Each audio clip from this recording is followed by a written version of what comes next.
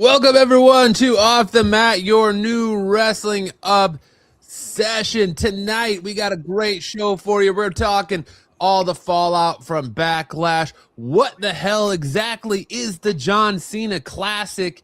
And are we actually at that turning point where Tony Khan got in his bathtub, got his AEW wrestling action figures together, and started telling real compelling stories? Is AEW actually starting to be more professional wrestling than WWE? We're gonna talk about that all and so much more, as we also have our Backlash recap to find out who is the new Off the Mat IWC champion, or is Eric gonna make it a back-to-back week? I don't know. We're gonna find out. Hope you guys are having a great Thursday night. As always, what I got with me, Sticks and Domtober, and we are ready to fill you in and fill your world with all of your professional wrestling needs. Dom, Sticks, how you doing tonight, boys? I am doing fantastic. A little tired, man. Body doesn't recover quick enough when you train 4 days in a row and 5 days in a row type of a thing. Not when you're young, but I feel good. Glad to be talking wrestling. A lot of wrestling. It seems like every week there's more things happening outside the wrestling ring instead of the wrestling itself. But sure, yeah. But wrestling, what's that? I just come for the ads. Exactly, the ads, and come for the backstage promos, and find out that your favorite wrestler or lack thereof wrestlers aren't even on. Where are they? Yeah, I want to get your guys' opinion on something, because I've been trying to up our game a little bit, up the channel, up our presence a little bit. So I've been doing some shorts, and I got into it with an argument with a guy on one of my shorts, and I'll call him out here, I guess. No drama or shade, but I hate it when guys argue about my shorts. Yeah. This dude, Niakane 9194, commented on my short about the Los Garza. And if you don't know, Los Garza on Monday night or last Friday night, they got their asses stomped out by Royce Keys, like he was Braun Strowman, just destroying tag teams. Then Monday, and so right after that happens, they post a picture of themselves on Twitter being Thanos snapped away. Then we come to Monday Night Raw, and we get the debacle that is this Obafemi Open Challenge. There we ruined them.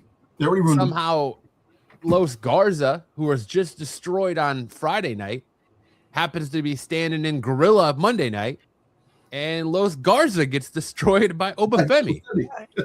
I have a real quick question on that. How do you get destroyed by Royce Keys, and then the next day you still have these lovely ladies hanging off you? I mean, they were probably telling a story about how Royce Keys was crying on their shoulder or something. I don't know. Maybe. Hey, come on. Royce Keys is a very sensitive guy, man. He is. He's a very sensitive monster. But, then they get destroyed by Obafemi. So I put this video out there about Los Garza, and because then they black out their Twitter and they all but make it feel like they're saying goodbye, right? And I don't know if this is just the new WWE thing to do, where all the superstars are going to play into this whole like rumors of backstage layoffs and cuts and all that. But I made a video and I said, where the hell has Bailey been? Where the hell is LA Knight? Where the hell is what are you doing, Los Garza? And I've been met, and it happened on TikTok, and it happened on YouTube Shorts with, well, you don't watch the product. What the hell are you talking about? Bailey was just on AAA. Bailey was just on AAA Saturday night. What do you mean they're not using Bailey? Am I the asshole in this and thinking that, like, they're not using Bailey on the main roster, so therefore they're not using Bailey? And my defense was, okay, so she showed up in AAA, but AAA isn't WWE TV. It's not main roster TV. Nope. So she's technically effectively not being used in WWE. No, regardless if WWE / TKO owns AAA. So on your defense, you're absolutely right. They're not using them on the main roster TV, and supposedly LA Knight and Bailey are laid off of regular television, whatever that means. In laid off, there's no story for them. Of what I heard is that Las Gaza and Bailey, they're Latin. They want to build up the AAA product. So Las Gaza is going to AAA. They're leaving the main roster to go with AAA to build up the AAA brand. That's what I heard and what I read about that. Bailey, they're using her for that. But that being said, we watched the product. We know what's going on. The main roster, Raw SmackDown, is the main roster. AAA is an affiliate that's owned by WWE. That's not main rosters. You can watch it on YouTube. It's not USA Network, not Netflix. There's no story that's going on, which makes no sense, because it seems like all the people they released, there's no women, the women's roster. Now all of a sudden you don't have women. All of a sudden, like, somebody actually made a big point. Think about this. Friggin' Jade Cargill, right? She had no opponents. Nobody to fight her. Right? Nobody to fight her. All of a sudden, Rhea Ripley wins. All of a sudden, they got people to fight her. They had to call up JC Jane. And I know, but I'm saying, but that being said, they don't know what to do. And like I said, Bailey is me personally, like, this whole pay cut thing, this and that. I think they turned around and told Bailey, listen, we have nothing for you here. Do us a favor, work AAA, a couple of nights, a couple of shows, AAA, this and that, until we have something for you to call you back up, so you don't lose, mobility of not wrestling and not doing anything, just sitting on the sidelines. Right. And those guys are like, what were they doing you see, this is my thing. You depleted the whole freaking goddamn tag team roster on SmackDown. And in Raw, there's really nobody. You brought back Montel Ford and friggin' the Street Profits. You brought them back. They've been off TV for the longest time. But you got rid of the Wyatt Six. You got rid of friggin' Motor City Machine Guns. You got rid of where's the Viking Raiders? Where the hell are they? You haven't seen them. And they've been on AAA a couple of times too. Yeah, regulated down. But it's like you're building up a brand with these like these guys that you haven't used in the main roster, which really suck. People want to see the main roster. Then we were just talking about Carmelo Hayes, Dragunov. These guys. Where the hell are these guys been? But we're going off the thing. But we have a gingerbread man funeral. Oh, gingerbread man funeral, and then you wind up having the friggin' John Cena open challenge. You get the Obafemi's open challenge. All this shit is bullshit. They have no story. They announced this John Cena open challenge thing, and we're gonna get into it on our over the top or off the top rope segment. But they announced that, and now coming out, like, they have no idea what the hell it's going to be, and they had no idea what the hell it was going to be when John Cena was announcing it. It was very clear. This could be a complete mess. Oh, it's going to be. It's going to be an absolute failure. You know why it's going to be a complete mess? I'm going to tell you. You could still win even though you lose. What the hell is that? But anyway, we're going to talk about that. Yeah, we'll talk about that in a few minutes. But that's just my thing. And I think that's what it's coming down to is I definitely think there's secret layoffs, and there's secret layoffs behind the scenes. And it's in effect, we're going to talk about LA Knight too. He's one of the biggest ones. But I really think that there's going to be a lot of these superstars that they either approached to take a 50% pay cut, like we heard the rumors about the New Day and all that, or they approached these superstars before WrestleMania and said, listen, after WrestleMania, creatively, we've got nothing for you. So you can either take a pay cut, or we're going to lay you off. We're going to keep you off TV for a couple of months until we get closer to SummerSlam. We're going to just try to get through Backlash, Clash in Paris. We're going to get through the Saudi show, And then as we round the corner to SummerSlam, we'll start revamping some of you up and bringing you back. So that way we don't have to pay you premiums for coming to TV and all that. I really feel like that's what's happening and it's about to happen. And that's why, it makes sense that Bayley's in AAA and Los Garza is going to be used in AAA, because from everyone I've talked to and all the words backstage and all the dirt sheets, Los Garza is not going anywhere. They're highly liked in WWE, and they're going to be used in AAA more, which AAA sounds like it's in shambles itself, because they announced that 2-night Triple Mania during Backlash, and now apparently their whole goal was to try and do 1 night in the US and 1 night in Mexico, and now they're having trouble getting some of the talent and crew's visas to get into the United States to be able to do a show here. So it would probably have to be a WWE produced show here, and where they haven't been able to secure an arena for it. And they originally just wanted to do it 1 night in Mexico. So who knows what's going to happen with all that. But that's just my thing. It's like, I wanted to see if like-minded people, if I was crazy by saying, listen, like, Bayley has not been used on the main roster. Bayley is not where she should be. She's a main player. She's all but disappeared. Cool, she showed up in AAA. That's like saying, and my defense was like, yeah, that's cool. She showed up in AAA. That's like Karrion Kross showing up at an ID or at a WWE ID developmental program, and you saying that he re-signed with the company. That look, this is what's going to happen now. The way things are going. Well, look, we'll probably get into the fact that they brought back house shows, which, house shows are very important to help wrestlers know their opponents more, to wrestle more than not just freaking winging it when the time comes. I was kind of hoping we talk about that, because we'll talk about that.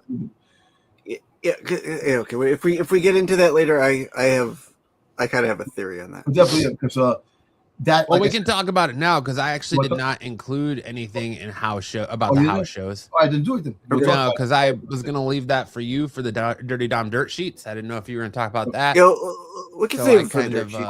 Later on we'll get back. We'll talk about that. Save it for later. Yeah.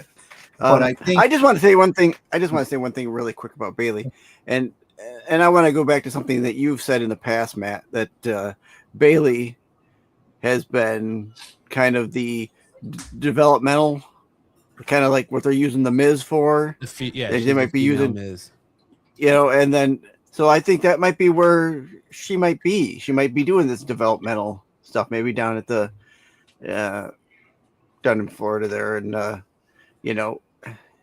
don't think she's going anywhere as far as the company is concerned, unless she decides to go somewhere. Yeah. Also, I think it's a lot like last year. Remember, after last year, after WrestleMania, she disappeared. She wasn't even at WrestleMania last year because Becky Lynch took her spot, and she disappeared for like 6 months. Well, look, her not being here, Lila Valkyria is not being featured either, and she was up and coming this and that, so she's off television too. Which makes me wonder if they're pulling a Wyatt 6 and Lyra might actually be hurt or have time off, and so since they don't have Lyra in their tag team, they're not utilizing Bayley. Yeah, that could be a big point too. But look, I can see that it's kind of a smart business and branding scenario for WWE to use Bayley and AAA, to use wrestlers that are well known here in the States on that brand, to build up that brand. Because they really do have high hopes for the AAA. Look, for God's sakes, Dominic has been the AAA freaking goddamn champion for freaking over 8 months. And he freaking goddamn fought 1 time. Yeah, I was really hoping he was going to lose it to El Grande Americano on Monday night. Yeah. So, but that being said, I was hoping too, but I knew that El Grande, the original El Grande is going to be fighting El Grande. They're gonna do that mask versus mask. That mask for mask, yeah. That's gonna happen. 31st. But 30th. Yeah. Other than that, man, it's like it's all this private chat. You got Asuka taking personal time off, or she's dealing with some stuff that she's still part of the company, but she's taking time off for personal things. And that's kind of where I was going with the my thought process behind the layoff thing, because Kairi Sane, apparently, whatever side you believe, if you believe WWE, she had time off planned to go back to Japan after WrestleMania, and they gave it to her, but decided to lay her off. And now, if you believe whatever's going on with Asuka, WWE is saying, oh, well, this is a planned trip. Asuka had it planned. She had family issues she needed to take care of. She asked Triple H. Triple H gave her the time.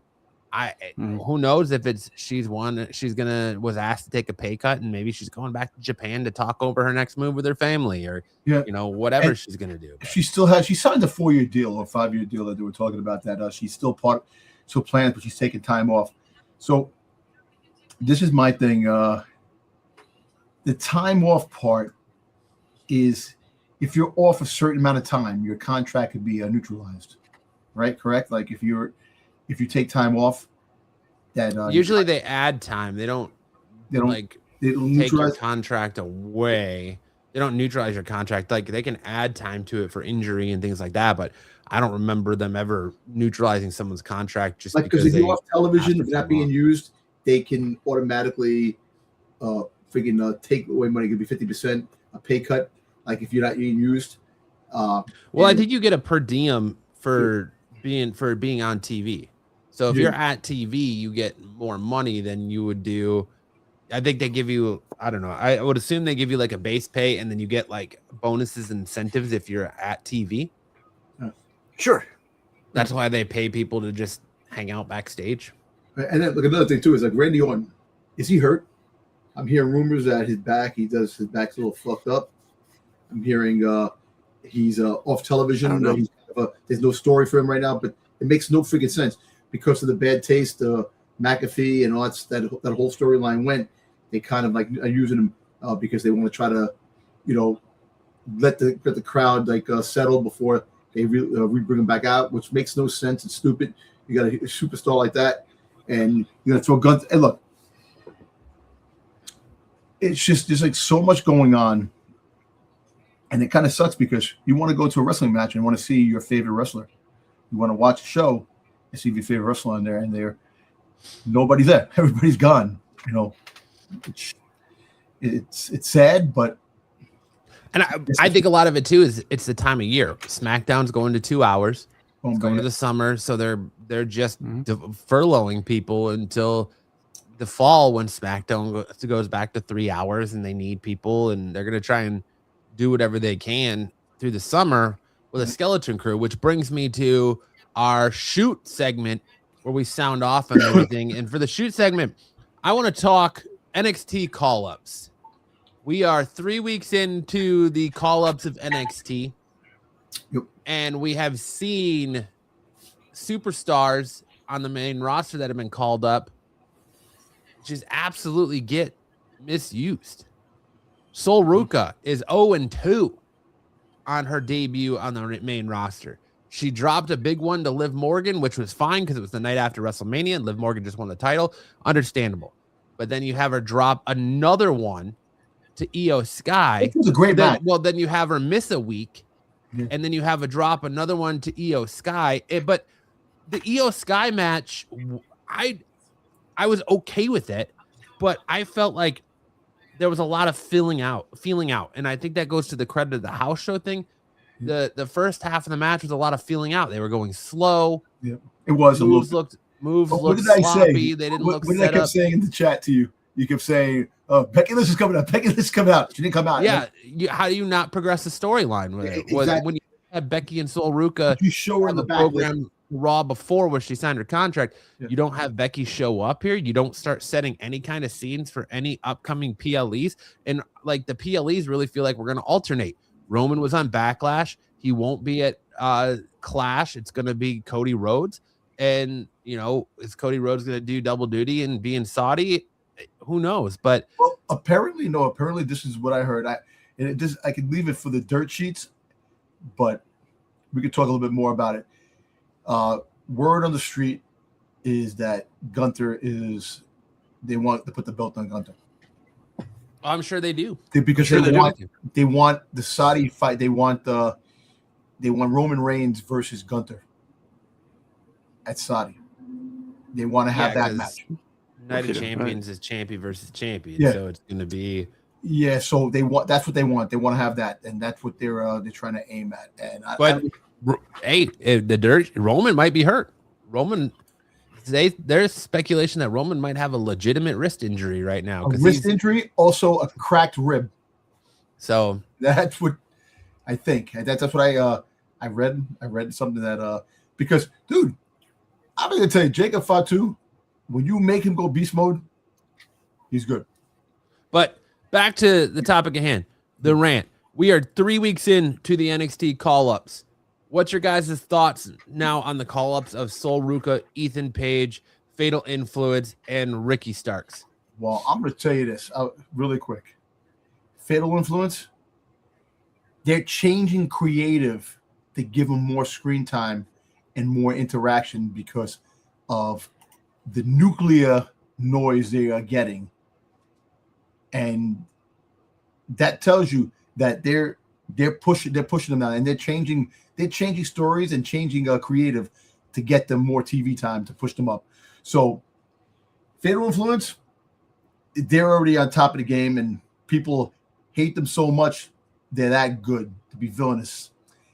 Ethan Page, I like the story. He's involved in the Intercontinental Championship right off the bat, and they're doing good. He's been very strong. You know, he freaking pinned Penta, man. Come on. You know, he's getting his play. The Sol Ruca thing, I'm actually a little like just bewildered with that scratching the head scratcher on that why she 0-2. Like I understand Liv Morgan, of course, champion after WrestleMania, this and that. You know, it's the same thing with Ricky Saints. What they pushed Ricky Saints, and you know, he lost that damn match to Cody, which really hurt his popularity, and people hate him. He doesn't seem like he's fitting in. You know, I know it's only 2 weeks in, but he's fighting Matt Cardona. You know, he's doing that, but he kind of like the crowd interaction is not there. That really pushing it. Yeah. Like, look, you see the crowd interaction with Ethan Page. Ethan Page comes out, people they hate him. He's out there. He's already making the crowd hate him because the way Perfect. He is. He's doing what he's supposed to do. But Ricky Saints ain't working on that. You know, as of right now, it's what do you think it is with Ricky? Do you think it's people just not watching the NXT product, so they're not familiar with him? I don't think people watched him in AEW when he was in AEW. Do you think his character just doesn't work on the main roster?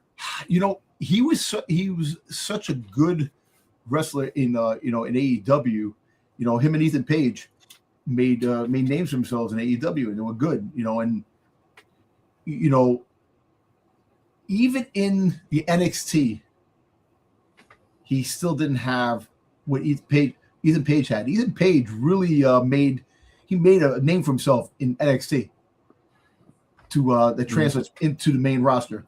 So I don't know, Ricky Saints. I think, you know, the way they handled him in his debut against Cody Rhodes, I think that's what messed him up. Mm-hmm. I think, like I said, Gunther should have came out, interfered. You would have saved Ethan. You would have saved the friggin' Ricky Saints. You know, he didn't lose. You know, because so you would have had Gunther come in and take both out and interfere in that. So you would have saved him. So his first win against Matt Cardona could have been a lot better, you know, last week. Mm-hmm. But as of right now, for the wrestlers that came up, you know, like I said, Fatal Influence, Ethan Page, and Ricky Saints and Sol Ruca. It's like and Obafemi. Obafemi, but Obafemi, he can't. Yeah, but I got to talk about Obafemi. The whole fact is with Obafemi, he was kind of more of like the early call-ups, because I mean you could put him in the class with like Javon Evans. Yeah, they came up before WrestleMania. Jordan Grace. Yeah. Jordan Grace. Yeah. That was a whole different thing. This new batch, like Jordan Grace ain't getting the love that she got in TNA. And she's been hurt, but she hasn't really been given a chance. She's been hurt. She got hurt, yeah. And now we've got this whole scandal going around with her nudes being leaked, and it just apparently WWE has nothing against that because they were taken from an old hacked Snapchat account, and they were for her husband, so they're not like OnlyFans or anything like that related. But I really think you're building for the future so much so that you're going to create an entire championship around that with this John Cena fucking debacle, and you're going to just bury your new superstars. Like Sol Ruka got such a huge pop on Saturday Night Main Event when she beat Bayley that her name has been in everybody's mouth since then about call up, she's ready, call up, she's ready. Then she shows up on Raw after WrestleMania, has a great match with Liv by all intents and purposes, but she shouldn't have lost that match to Liv. It should have ended in a no contest. Then she takes a week off to sign her contract. Cool. She's put in a program with Becky. They're putting her where I said to put her, right in the Intercontinental Championship picture. And then you don't even use the next Monday night to further that storyline, because you could have had Io show up and wrestle Becky for that title to lead the Io Asuka. You could still continue that, and you could have Becky interfere in Io and Sol Ruka's match, and then you have this three-way for the Women's Intercontinental Championship between Becky, Io, and Sol Ruka. You could have made a program, and that's where like this creative is just so far gone, man. And you really should have had all of them future endeavored when they were laying off all this other talent, because their creative just isn't there. It's like, what are we doing? Where's your thought process? Why aren't we building stories?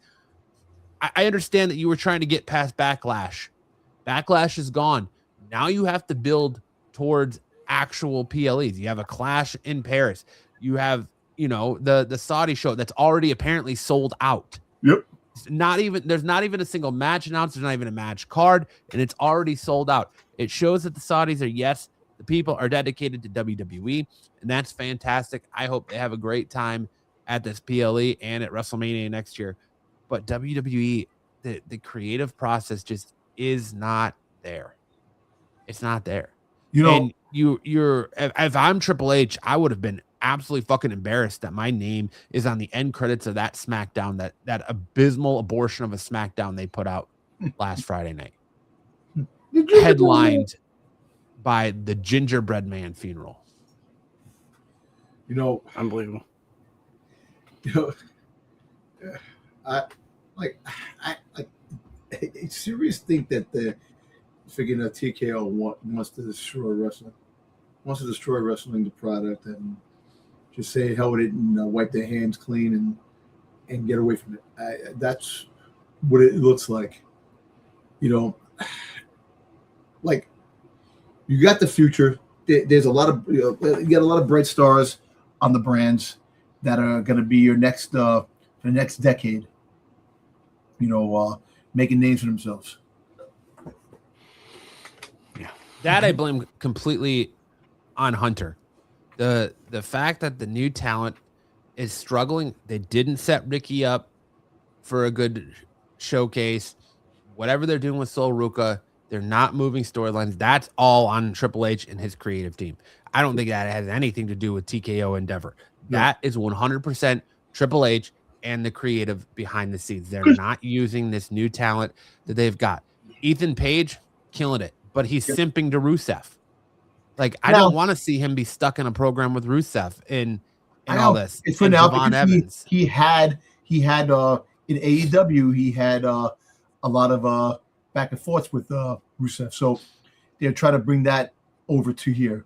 Because if you go back to videotapes, there were some good matches in AEW. But yes, they did. But the fact is, the whole Gingerbread Man thing was very Vince McMahon-esque, and it's something that Triple H would have never done in old school NXT Black and Gold. Never. He never did this gimmicky shit. And now all of a sudden, it's just filled with this gimmicky shit. And we don't know, of course, what's going on behind the scenes, how much they are really using AI, what the transition is. Have they gone full AI, chat GPT, and then just handing it over to a one overworked writer to try and flesh it all out? Who knows? But right now, creative's just not hitting. And you have the greatest creative minds in the world sitting here on the internet, and you're more worried about fucking copyright striking them and taking their channels down Exactly. than just listening to them about the product. And then using people in promos that you took down, which makes no sense. You know, I've been watching a lot of videos, Freddie Prinze Jr., Kevin Nash. You know, they've been talking about all this stuff that's been going on. You know, you can't say that nothing's going on when everyone is talking about what we're talking about. Mm-hmm. You know, they keep going with I feel bad for the new talent because, and I actually feel bad for the veterans because you're getting people laid off like LA Knight and Bailey and and Viral Vicaria and all these and you're spotlighting the new talent, and it's all good. You're doing that to build a new talent, but you're laying people off that actually that have been here, that put the asses in seats. Yeah, Hey Sticks, who's Viral Valkyria? Lyra. I'm sorry. Lyra. I'm sorry, dude. Man, come on, man. Vera. I'm tired, man. Listen. I gotta put a board.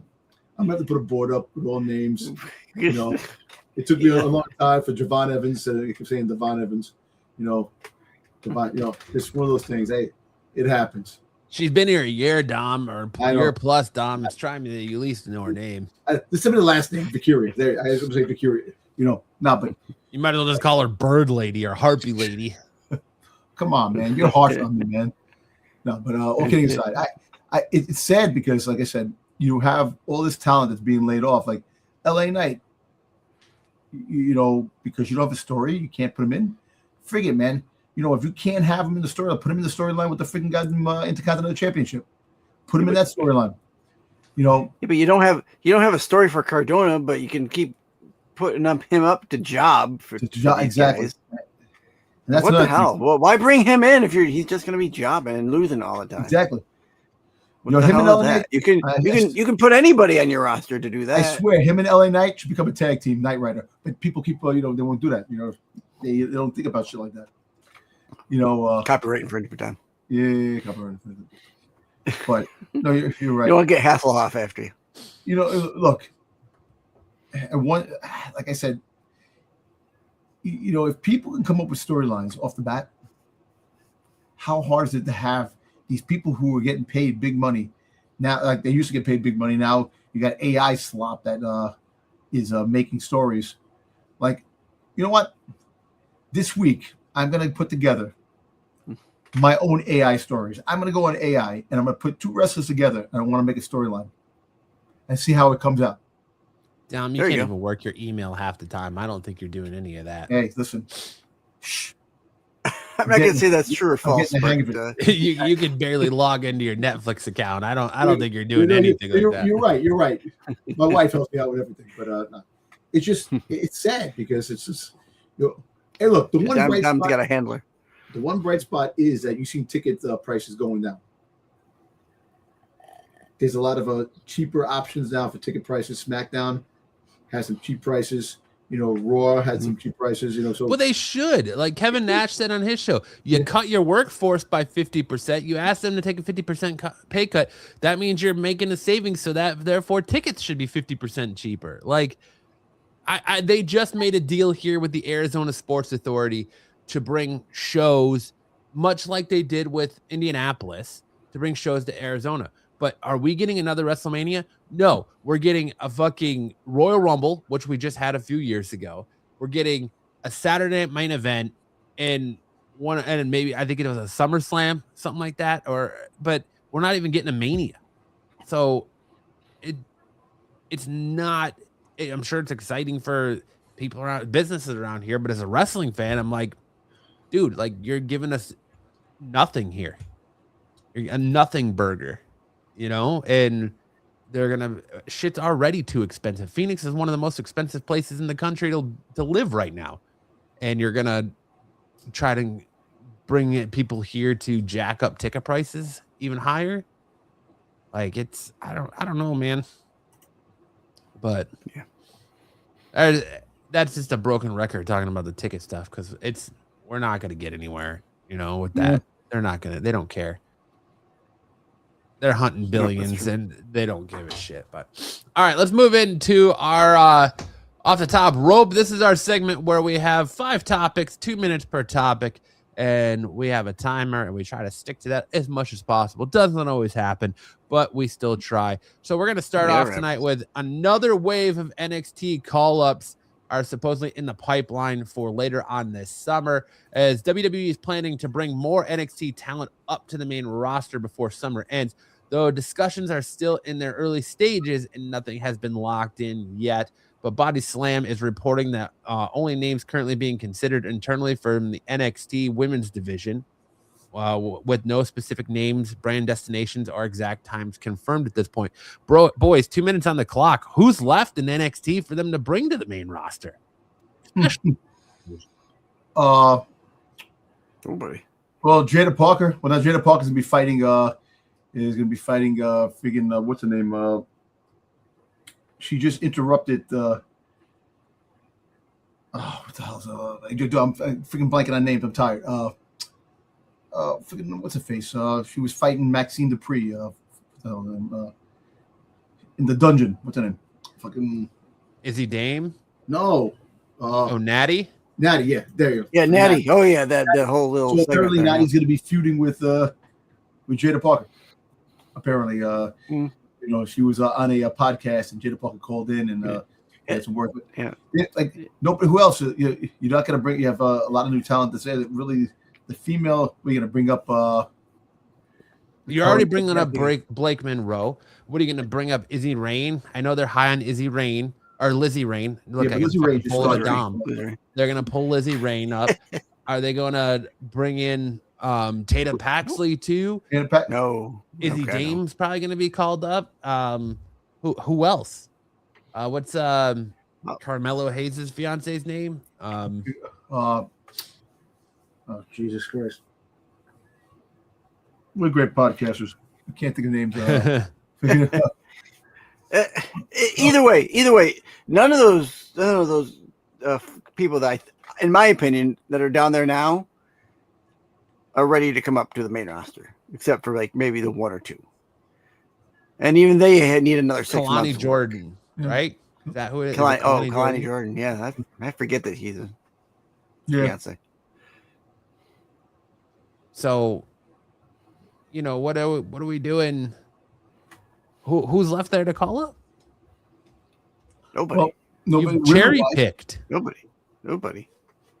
Men wise, Tony D'Angelo is winning the belt. It has the belt, but he ain't gonna lose the belt soon. There's a lot of people that are going for the belt. I think Tony D'Angelo comes up really quick if he loses the belt. I think it's like a one. Tony's probably the only one that's probably ready if he wants to go up. Maybe he doesn't want to go. Dark State is still their feet are still wet. Dark State, they suck. Get out of here. We gotta bring them up to do their shit up on the main roster. You might as well have kept Wyatt Six. Might as well have kept the Vision or the Shield. Stephanie McHugh's boyfriend. Miles Bourne. But they're saying it's strictly going to mostly likely be women's talent. So that's what I'm saying is like who's left there from the women's side to bring up other than Jada Parker, Tatum Paxley. And we want Nikita Lyons. She just went back. Nikita. She's funny. Yeah. I wanted to talk about that earlier about she's been like hysterical on freaking NXT, and then freaking she's on the Development brand, and she's back and forth. So it's like she's on the 3rd season of LFG. Yeah, she's on that, and it says like a bad reality show, which is kind of funny. It is because she's acting the way she's acting. But is she gonna come up, or I don't think she's ready, dude. The way they're using her, that tells me she's not ready to come up because she was all prime focused on NXT. Then she got hurt, then she came back, and now they keep moving her around. They're telling her that she's too provocative. She dresses too provocative for TV. So I don't see them bringing her up That's their wardrobe department. What are you talking anytime about? They soon. said that about Scarlett too. Is that they want her cover up? You know, but meanwhile, Tiffany Stratton can walk around with her bikini top and this and that, and all these. It's like I think with the amount of wardrobe malfunctions we've gotten lately, you're gonna start seeing them that crack sucks, down man. on gear. I want more. I'm all for wardrobe malfunctions, man. Come on, man. On the women's division, No. It's just I don't know. That's to me that's poor. That's poor handling of your talent. If your wardrobe department is what's dressing them up or getting them, I'm sure they have a little bit of a say of what they wear. But if your wardrobe department and the people who sign off on their outfits, hey, but you know what? It are does signing off. You don't have any room to really argue about it. Restraints on the outfits. If they're going to wear out certain outfits, there's got to be certain restraints on the outfits because of all the action they do. Move around, all the moving parts. Which, like when you go to Saudi, they wear that one-piece leather suit. Is that safe enough? But it's just well, that's overkill. I mean, but really, there's nobody else in NXT that is ready to come up. Yeah, they already cherry picked NXT to hell. So, you're right. There's not. I don't see Miles Bourne fitting in on the main roster because what are you gonna? No. You're gonna put him on Raw and have a version of Randy Orton. You're gonna have Randy Orton light on Raw and then OG Randy Orton on SmackDown. The 2B Raw, the 2B Randy Orton. The tag team, the Ortons. Yeah, the Team Randy Orton. Team Orton. Yeah. I don't know. Like I said, NXT needs another year to really build up these characters. These and like the thing everyone has to remember, and we know it, and everybody who's a fan knows it. NXT, LFG, and the other one there, they're developmental. So these people are supposed to, it's like you work your way up the ladder, get to the main roster. I don't know why people are surprised when they go from NXT to the main roster, or vice versa, because sometimes you don't work out on the main roster. You should be going back down to developmental.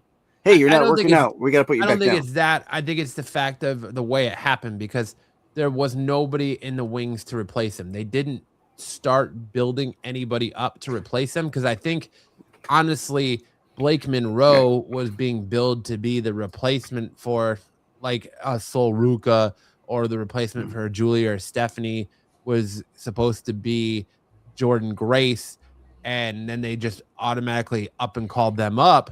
So they didn't have talent prepared. Same thing with Fatal Influence.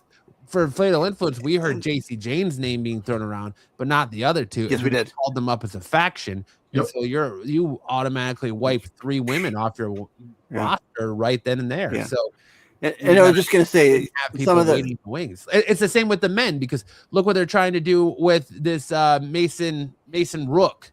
Like they're trying to make you believe that this big fucking superweight looking motherfucker is like the next big thing in wrestling. So much that they're like jamming them down your throat. Nobody is behind this dude. Like the crowd, they were starting to chant, he's big, he's bad, he's a body slam your dad, but they weren't like erupting for him. They weren't fully behind him. Like, and he's sitting there cutting a promo and you're looking at him, you're like, okay, Chaz Bono, what are you doing here? Like I don't, you haven't given me a reason to care about this guy. You haven't given me a reason to care about any of your new additions. Why do I care about Evil? Because of what he did in New Japan? Well, that's erased. What's he going to do in WWE? Well, you can't expect your fan base to be watching everything. They're not going to, not everybody knows what he does in New Japan or NXT Europe or wherever the hell else he's been. A guy shows up after having a a couple kegs at Hooters and do a moonsault onto your guy, and now you think everyone's gonna know who he is. I don't even know why the fans were cheering. Where did they learn how to do that? You have to go on the internet. John Cena's post on Instagram. Oh, John Cena's post on Instagram about him. Well, that's because John Cena posted that says a lot about, because he made the comment, even the best, the greatest of all time, posted about me. I'm big, I'm bad, I'll body slam your dad. Yeah, okay, whatever. That's not promotion. That's just. I called that chat. That is. Oh no. Well, listen. Right now, NXT shouldn't even move anybody. Right now, if you want to move a couple of people, like 6 months from now, I would think about that. Yes. After SummerSlam, going into Survivor. Going into the fall, you want to do that. But right now, leave it the way. Leave it the way it is. Let them build some stars. Let them see where the new wave goes, and if you really like if one of them really stands out, and you want to bring them up to the main roster off the bat, go right ahead. And then the ones that have been there for a while, you can decide on what you want to do with them down the road. Just like I said, right now, Lola Vice. That's the other one I'm thinking of. She's probably the only one that's ready to be called up. Yeah, Lola. Yeah. And they're using her in AAA as well, so they've kind of. She's been going back and forth too. That's another one that's been used heavily in AAA to promote it with Mr. Iguana and stuff like that. So kind of, if she comes up, freaking, Damian Priest, his girlfriend, have a team up with him, All right. I guess my last statement for this is, we've had enough call-ups in the last 4 months from pre-WrestleMania to post-WrestleMania. Give it a rest. Let people cook down there. Get them, let them do what they're going to do, and then come maybe SummerSlam Survivor Series. Because then make some call-ups. Then make some call-ups. They be called up for what? To sit in the back and not do anything for a while? Because obviously creative is not brilliant enough to really have all these new talent come up and really have great stories. They have to have learned. They have to have learned from Carmelo Hayes coming up. I mean, you did what you did. See what you did. Learn from it, because you did him real dirty calling him up and what they did. So have your creative get its head out of its ass before and do something with the team and talent you have now before you go bringing up new talent. Yes. Yep. Listen, to be really honest, like Trick Williams right now, Trick Williams should have a feud. Carmelo Hayes, Dragunov, friggin' who else? Who else is not being shown? Have those players come in, like you see what's going on with the Intercontinental Championship. You get all those players in now. SmackDown, the people that for the U.S. title, have them in a storyline fighting for that with Trick Williams. Get away from the Sami Zayn thing. Sami Zayn right now. Yeah, I agree with that. Fighting over for that. Just move on to another story. Mm-hmm. All right.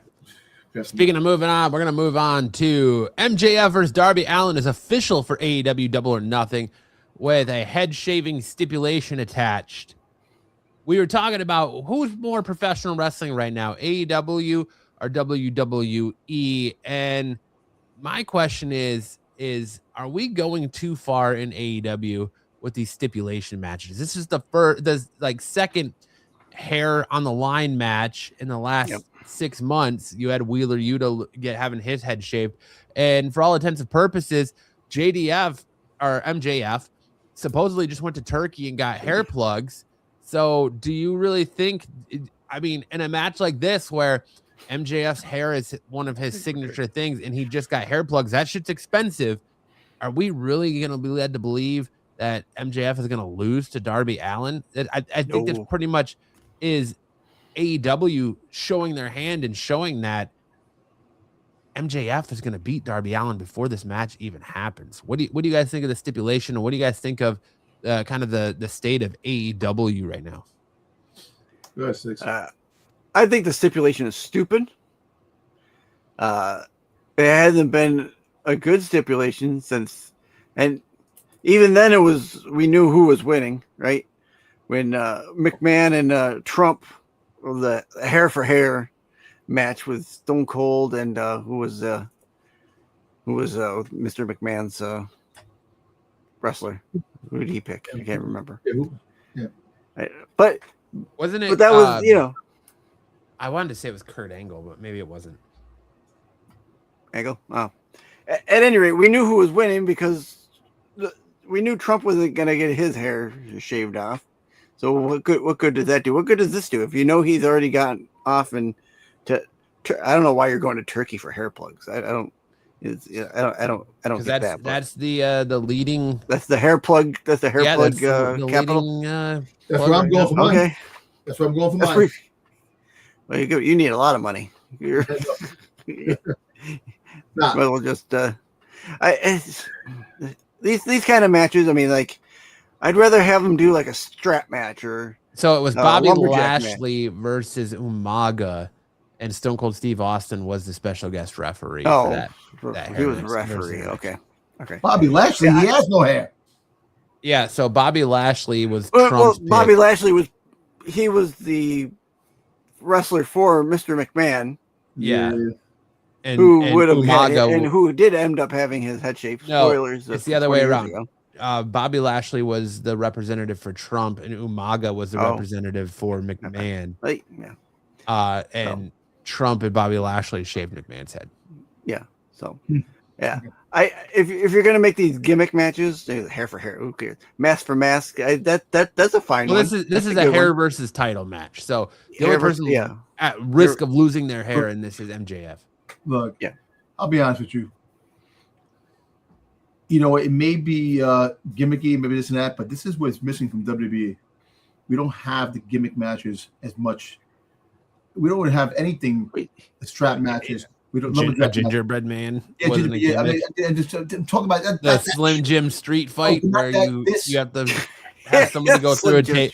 You have to have somebody go through a table just so you can get a sponsorship paid. I know, but I'm just saying. But stuff like this. Look, to give the belt to Darby Allin. Take it back off the bat. You know, Derby. Kentucky Derby Allin. Come on, man. The Darby Allin. I'm sorry. You love to have fun with this. Yeah, I'm gonna keep messing up names. I'm thinking. I think he's gonna do it on purpose now. No, I actually think MJF is gonna lose. I think he's gonna get his head shaved. I think. Wow. I think Darby Allin keeps the belt because you're not gonna give it to him for a short time. You got to make new stars. You know. MJF had this belt for so damn long, multiple times. Well, I mean, but Darby Allin has been doing this open challenge thing where he's fighting every week on Dynamite, defending that title. So at some point, the roosters are going to come home to roost, or the crows are going to come home to roost, or whatever the fuck that saying is. Yeah. He's going to lose eventually, and I think that's what they're setting up. Is he's having all these he just fought Pac, last week in a fucking golf course. I know. So it's I think that's what they're building towards is they're going to have Darby. It's going to come to bite him in his ass that he did all these championship matches where he's beaten and busted and broke it down. And MJF's going to take advantage of that and just take that title back. I don't think MJF is losing his hair, man. I don't think MJF. Especially how funny would it be if he loses his hair? How funny would it be? I mean, it would be funny. So much so that at the start of Dynamite last night, they had him walking in and they did like the WWE walk in from Gorilla, and he was getting heckled by a bunch of bald people. So. Yeah, I know, but hey, I'm one of them. And remember, you can take a picture to HR for calling you bald. So shut up. Remember that. I would. I don't see him winning. I don't see. I could be wrong, but the fact is that it's becoming stale. I know he's the best you have on AEW, but he's the best. You're bringing all that talent in. You have all these new people that are coming in, and when they get these signees that are coming in after released by WWE, there's going to be a lot more talent on the show. So, 90 days, my man, 90 days. I know. But Darby Allin, I think, keeps the belt a little bit longer. If he does lose, he's going to lose it to somebody else.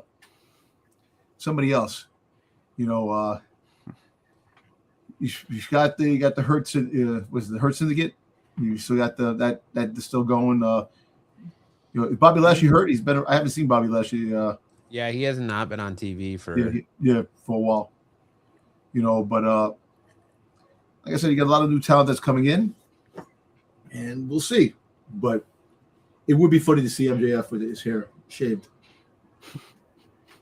Yeah, I think it's just telegraphs that Darby Allin's losing this match, and they're just I would agree. Basically giving it to you. But all right, next up, LA Knight. Is LA Knight done with WWE? We talked about LA Knight a little bit in our rant segment and to kick off the show, but some interesting comments were made by one Jonathan Coachman, aka Coach. We all remember Coach from the 90s. He was the one who DX spray painted his ass cheeks. So Coach has a show over on his channel called the Coach and Bro Show that he does with Vince Russo. And he was talking about LA Knight, and he said, guys, this is my hot take. I think LA Knight is done in the WWE. He wasn't there last Monday. He hasn't been utilized in any of this stuff. I think that for whatever reason, whether he's just done dealing with Triple H and getting yelled at, or he's making too much money and they came to him and said, hey, we want you to take that pay cut, because the word on the street is it was a lot of talent, not just the New Day.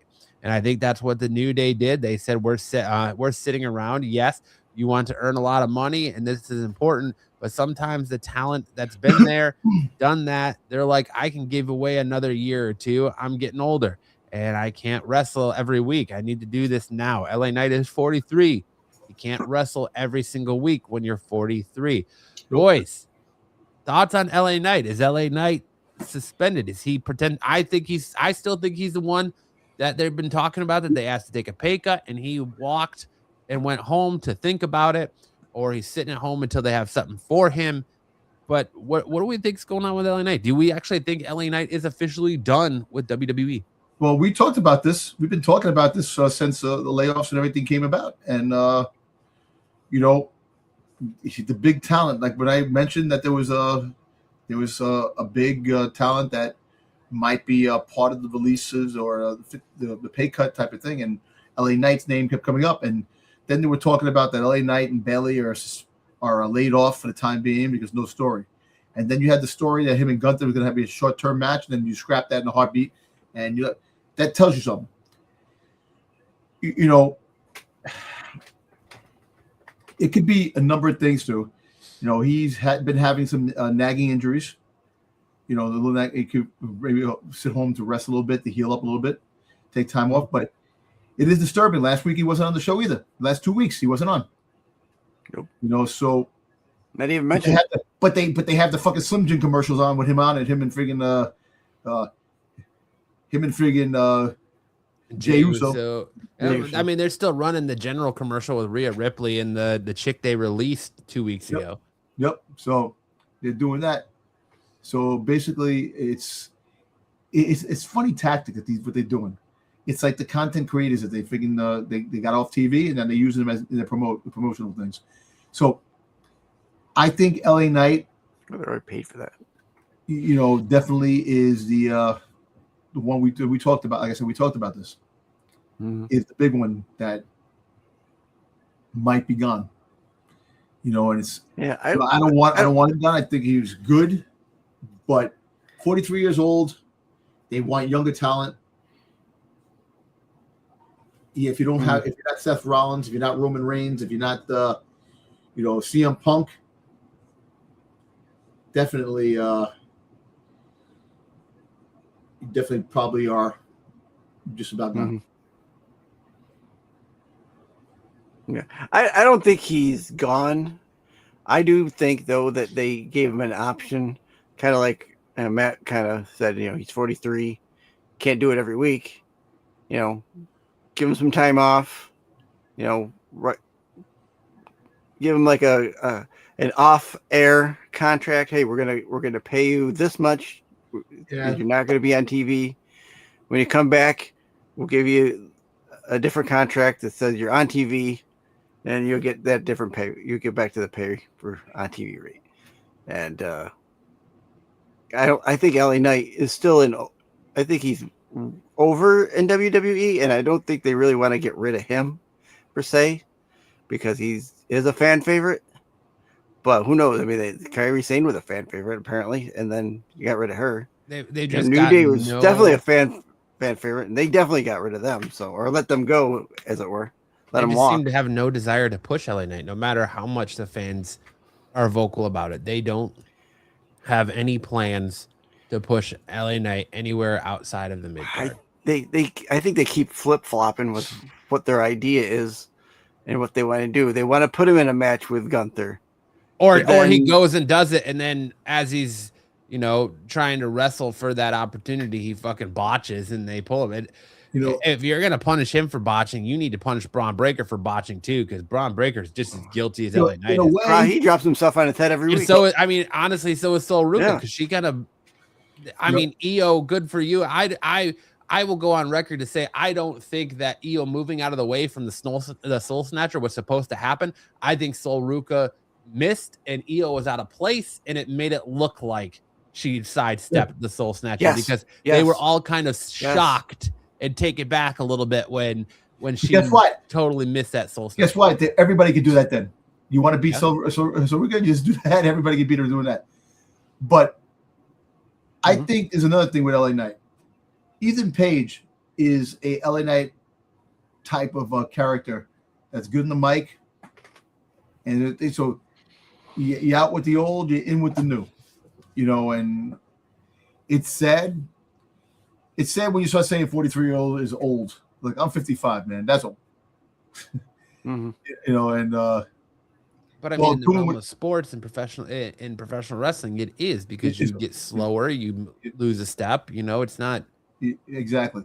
And the more freaking drops, the more your body doesn't respond quick enough.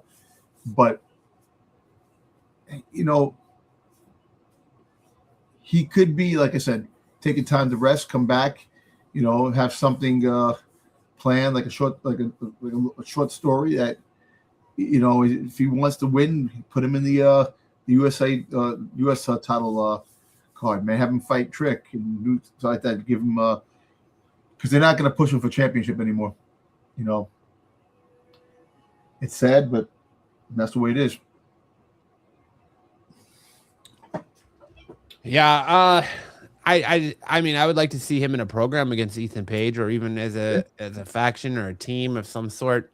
Do something with LA Knight. Give this man something to do. He's a gem. He is a worker. He's there, but sometimes you just got to get out of your own way, and he's got to figure out a way to cure the yips or whatever botches he's got going on down the line. You're right. Back to talking about AEW. We got AEW tonight. AEW is apparently showing interest in Mick Foley. A new report has shed light on the possibility of Mick Foley working with All Elite Wrestling. According to the report from John Elba of Sports Illustrated's The Takedown, AEW has shown real interest in collaborating with Mick Foley at some point this year. However, it remains unclear what role the WWE Hall of Famer could potentially have with the company.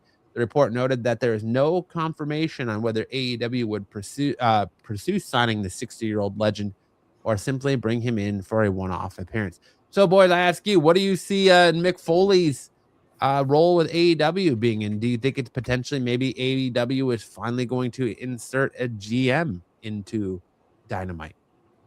Maybe. Nope. Yeah, I don't know if they'd run him as the GM. Maybe he's going to take over on. I don't know if he could commentary. Because I know, I think Big Show, or the Big Show, one of their commentary guys were leaving. Was it, or has left, and they might use him there.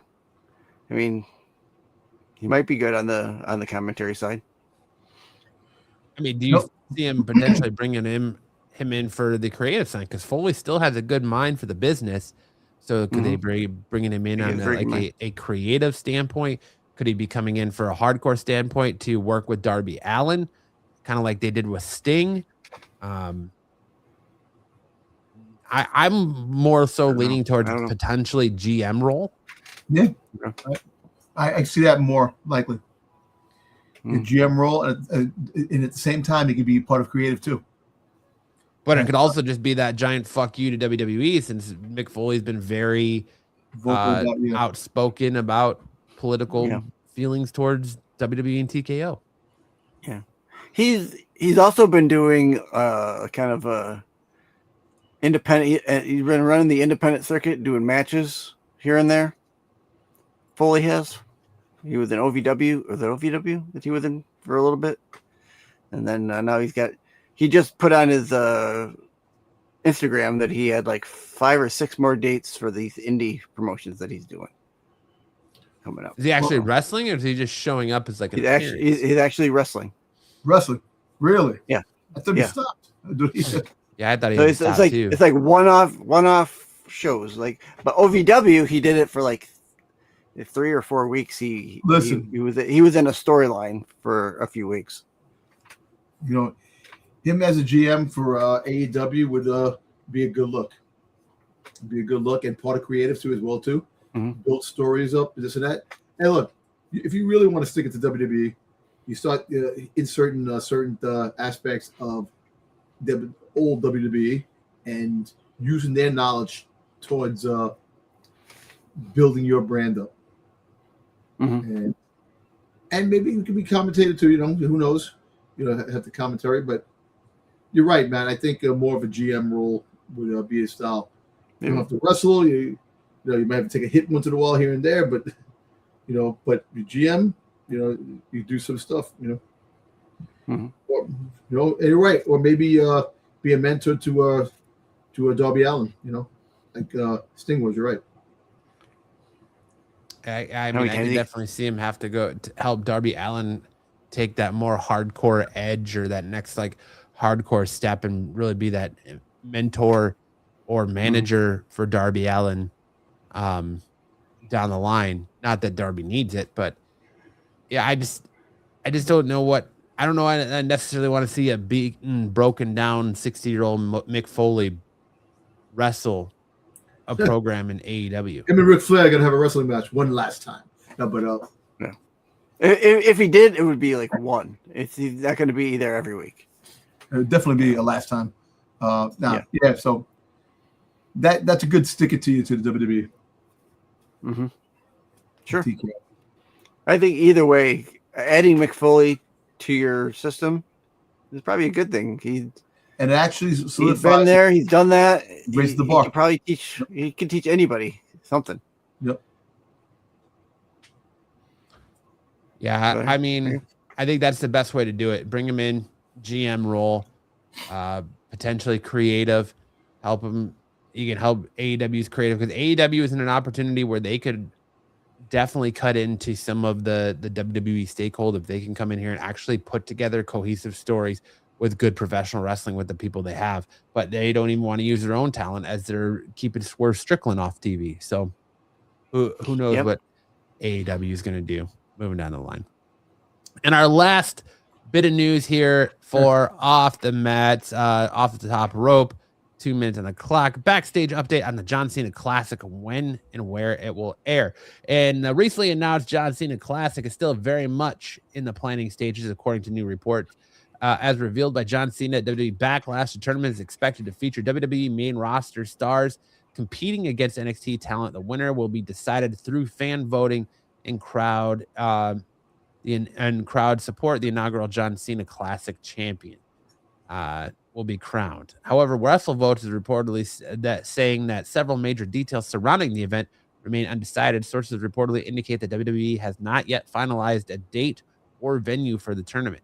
One source noted that early December currently appears to be the most logical time frame based on the WWE schedule. The timing would also coincide with the 1-year anniversary of John Cena's retirement appearance at Saturday night's main event, which similarly featured crossover matches between the main roster and NXT competitors. The report also stated that Netflix shows interest in hosting the event on its platform almost immediately after the concept was announced. Despite that interest, no agreement has been reportedly been finalized as of yet. At this stage, the report emphasizes that very little regarding John Cena's Classic has officially been locked in.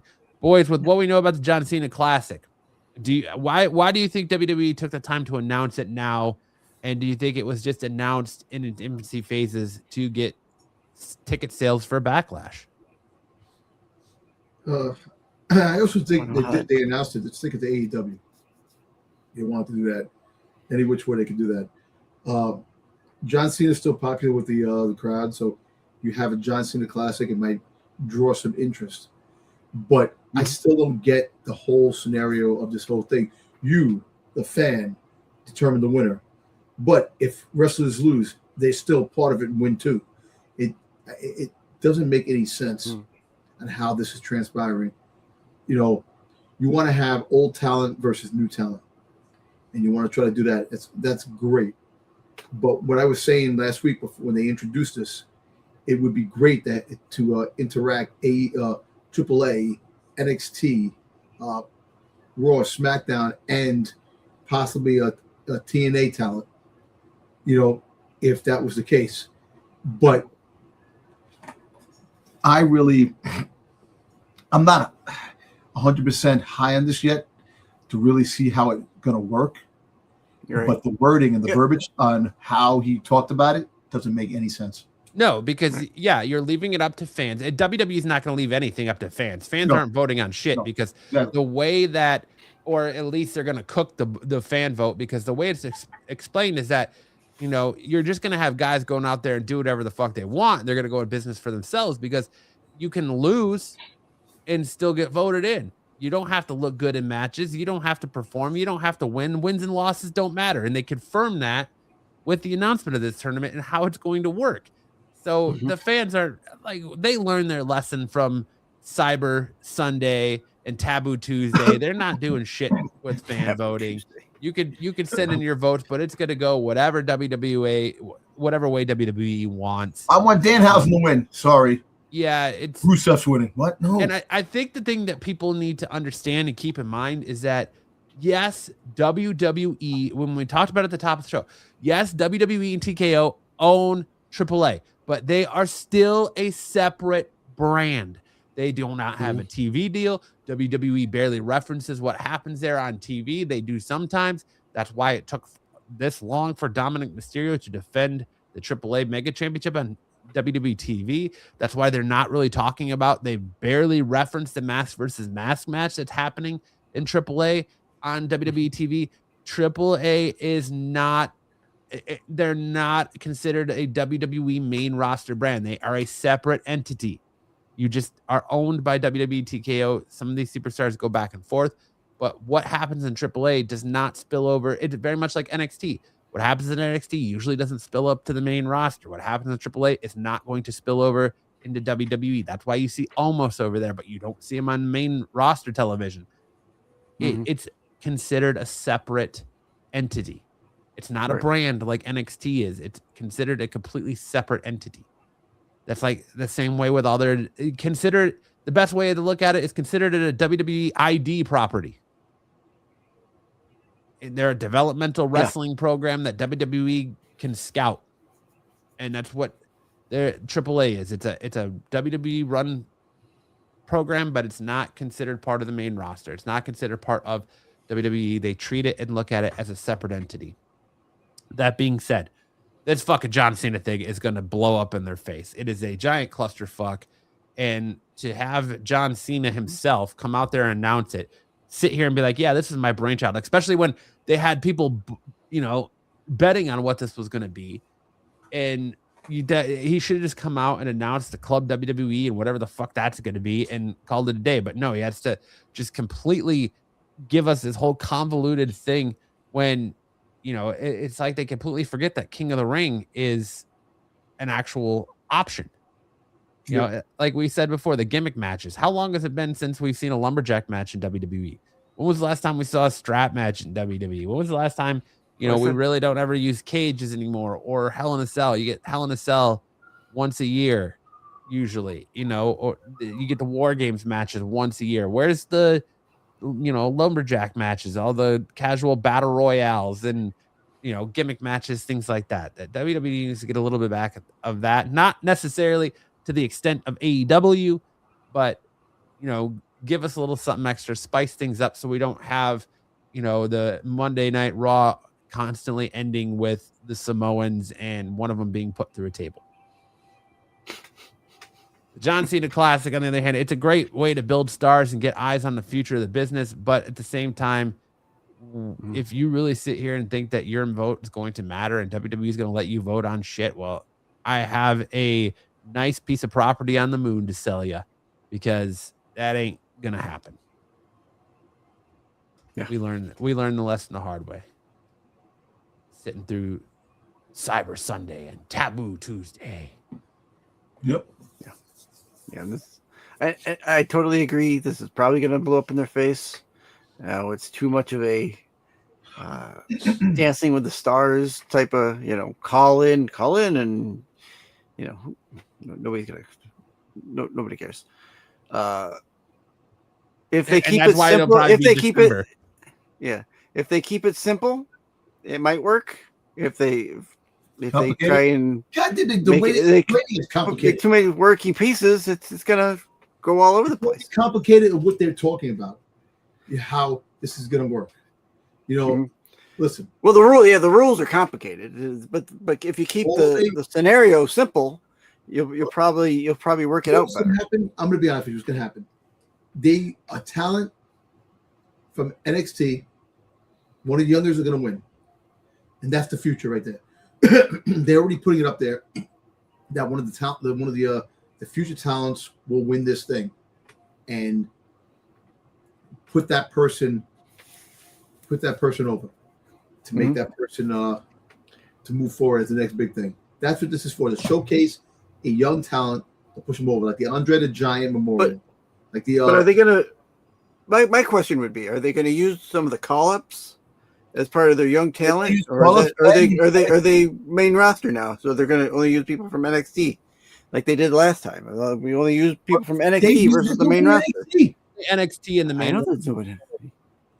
AAA is not going to be part of this. No TNA people. It's just NXT versus main roster showcase. So that means the main roster showcase of the NXT people who came up now are main roster. So who are you going to really fight? You're going to fight Carver down there. You're going to fight Jason Bourne. You're going to fight goddamn. Here you go. Randy Orton versus Jason Bourne. There you go. Jason Bourne. Jason Bourne. Did I say Jason Bourne? Who's Jason Bourne? Jason Bourne. What the fuck are we doing here, guys? It's no wonder people tune out of us, because we're over here mispronouncing fucking names. Miles Bourne. Just giving everybody a nickname. Miles Bourne is now Jason Bourne. Jesus Christ, it's Jason Bourne. Yeah. Mason Rook. I see it as a way to get Mason Rook versus Obafemi. That their new big rookie. You get Evil versus Shinsuke Nakamura somehow. Yeah. It just, I don't know. Yeah. Full style. There's no interest in. I'm not going to completely poo-poo on it right now, but at the stage we're in here, yes, it's in its infancy, but it's a clusterfuck. It's a clusterfuck. John Cena knows it's a clusterfuck, and they're just steered into that skid, man. They're like, hey, we know this is a shit show. We're not denying it or hiding it, but we're going to push this out till the back half of the year, and then can give us time to... 1,000 words. The picture says 1,000 words. He's like, what the fuck did I just say? What the fuck did I just mention? You're going to give it to the back half of the year to figure out a way out of this shit show, He's like, the hell? I will poo-poo the concept, but if the matches are good, I'll be all right with it. That's the only saving grace they're going to have, is if the matches end up being good. If. It's a big word. If. Well, right. Sol Ruka did good things in hers on, that Saturday Night Main Event where she became the talk of the town, the belle of the ball for a little bit. And sadly, it seems like WWE is making Blake Monroe that belle of the ball, because at least she gets vignettes in time to properly get announced before she debuts on SmackDown, unlike Ricky Saynes. I can't wait to her fight Tiffany Stratton, where you can't recognize. Yeah, you can't tell who's who. Yeah, who's exactly. Who.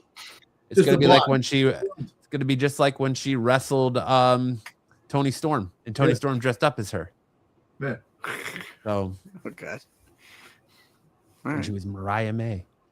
All right, well, that's it for our off the top rope, our fastest 2 minutes on our 5 topics. Now we're going to hand it over to Dirty Dom, and he's going to tell us what the professional world Dirty Dom dirt sheets are cooking on this week.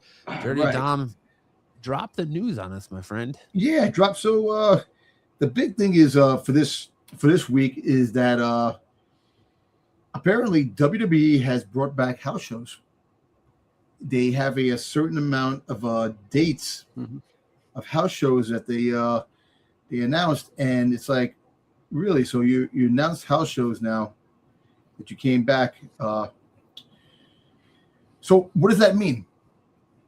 You know, that like the house shows. So apparently these are the house shows.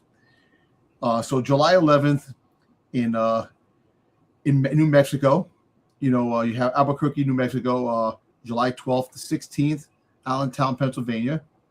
The 25th of July, Stockton, California. You have Bakersfield, California, July 26th. July 30th, Springfield, Illinois. You have August 6th, Fairfax, Virginia. August 13th, Manchester, New York, New Hampshire. You have Savannah, Georgia, August 29th. And the 30th, you have Charleston, South Carolina.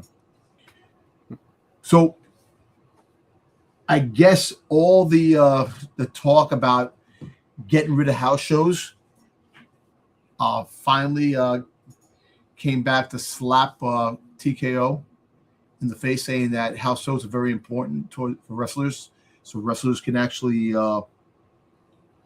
getting in feuds with the guys or girls and stuff like that, that you could actually form a bond and know each other when you get into the feud and you pay the pay-per-view. All these botches, all these things that are going on, like Jay Cargill. Jay Cargill can definitely benefit from house shows. You know, another thing too is it's funny how they introduced the house shows are back. So they'd be paying certain wrestlers. They released all those wrestlers because there was no house shows. They're just sitting in the back. Well, house. Yeah. You know? Well, I told you earlier that I had a kind of a theory on this, and I'll interject my theory here real quick. Go right in. What if some of these wrestlers that they're not using, or like LA Knight, maybe they're signing them to these house show contracts, so they'll be featured on these house show contracts, to where they work the house shows and then maybe move them back into the main roster and on TV, so that they can, hey, work on this. We'll give you 2 or 3 shows and then you'll come back. Work these house shows, be that house show heel or whatever the case may be, and then we might be able to work you back in. Now, I can't see them doing that with LA Knight, only because LA Knight's been so big for them. But we've talked about his botching. We've talked about creatively they don't have anything for him. This might give him something to do. Hey, work that house show circuit. I think the botchers have a lot to do with, you might be practicing for an event, but I think house shows actually help a wrestler and benefits a wrestler very much so when it comes to coordination. How many times have we said that? We've said that for the longest time. Right? Because you're doing it constantly. Yeah, there's going to be a couple of botches here and there, but it seems like every week there's a big botch with everybody. Like they did, like Soul Ruka and Io Sky. Matt said it. It started off slow because they were trying to get to feel each other. But if they had a house show together, there. What happened? Yeah, they don't know chemistry there. There's no chemistry there at the beginning. You literally watched it real time. You watched them build chemistry together real time, to where as the match progressed and we got to the finish, it got a lot better. They got a lot quicker. Their movements were a lot more fluid. It was very slow going. A lot of setup for things as the match just kicked off. I see this twofold. Yes, it's a way for them to test the waters to see, okay, if we do these house shows, how many injuries do we have leading up to SummerSlam? It's also a way for them to get record profits. Think about it. They don't have to charge. They can book smaller arenas They can don't have to charge as much per ticket because it's not on TV, so they don't have to pay a television crew and all that. You can work out your shit, work out feuds, work out storylines. I think they're taking a little bit of the old days because, you know, you hear all the old heads say, well, it was back in the day at the house shows where we could just try whatever we want because we weren't on TV. We could try different things. We could fail and at least try them out. And I think that's what these house shows are going to do. And they're going to bring them back for just a summer run to test out the waters to see what happens. And if it goes well and we don't see so many injuries and the product gets better, I think we'll start slowly seeing more and more of like these month-long runs added periodically through the year. They won't go back to the same house show schedule they had before, but I wouldn't be surprised if like we get like a month where you get like a 2-week run of house shows announced or something like that. But the ticket prices won't be as much. Fans can actually come out. They'll probably do well in merch sales. Exactly. So it's a win-win and probably for TKO. Yeah. And it could be like Stick says, where that's where you'll see like an LA Knight. Maybe they know that they're going to this tour, so they're getting ready for this European run too. So they're going to have LA Knight wait and come back there, or they just, you know, going to develop something on this European run or these run of house shows. It's a great idea. No, absolutely do it. It is a great idea, and I'm all for it because it actually, like I said, the chemistry and the the chemistry with two wrestlers that never really fought each other, they get the chance to build some chemistry together to make it work. So when they do meet on TV for the when they do their pay-per-view, it's not like slow burn until something. They already know each other's hand and coordination and all that stuff like that to move their mobility, to know what they're fighting, they know each other's move, where it actually helps, where you don't get the blunders that Soruka did or missing Io Sky, which you probably are right, because like I said, if all the wrestlers did that to Soruka, she'll never win. So kind of like that scenario, but yeah. So that is the big on the dirt sheets this week, and then the other little thing on the dirt sheet, I was telling you about Gunther. They want Gunther to put the belt on Gunther because apparently what I read and what I heard, they want Roman Reigns to fight Gunther. That's the big thing they want happening. They were saying that Cody Rhodes is going to get into a short-term storyline with the Vision. So they're going to push the Vision. So you have Braun Breaker versus like that, and it's so big. That's what they're looking to push. Why? With that? Why the Vision? I don't know. They're trying to build a Vision up. I guess they still have plans. And apparently Bronson Reed had made some more cryptic freaking on the socials that his return is possibly very soon. So, well, apparently Stephanie's is too, and they're saying that Stephanie could be back as soon as Raw this Monday. Yeah, but I actually think that we're going to see Stephanie and Bronson Reed show back up at Clash in Italy. I think she's going to show up in house shows on the European tour. There's no way they're going to do a show in Chile where she's from, and she's not going to be a part of it. Exactly. I know, definitely. Yeah, they're definitely going to do that, but I think that Bronson Reed shows back up at Clash. That's but they bring him back in the pay-per-view. Okay. But those are the pretty big ones that happened this week. There's a little other small ones, but these are more relevant. These are more bigger ones. Yeah. And next week, I'll dig some more to get some more stuff. But the house shows was a very big drop this week that I seen. So, like I said, it's a win-win, and you're right. Small arenas, it gives a chance for families to go watch some house shows, merch sells, and you make some money off of little house shows like that. Very smart. Very smart. The other big thing I'm surprised you didn't talk about on the Dirty Dom Dirt Sheets is that there's rumors swirling that Tekashi 6ix9ine wants to make a move from music to being in WWE. I didn't want to say that because I didn't want to bring up that douchebag's name anyway. Because that also, like I said, everybody wants to become a part of WWE wrestling now. like I said, Johnny Sins from the porn industry, he wants to become a wrestler. He said, I'm like, so everybody wants to do something. Yeah. So apparently he reached out to Logan Paul to because he wants to Logan Paul is Booker. What's going on? Because he wants Logan Paul to train him. Yeah. Yo, man. Maybe. Jesus.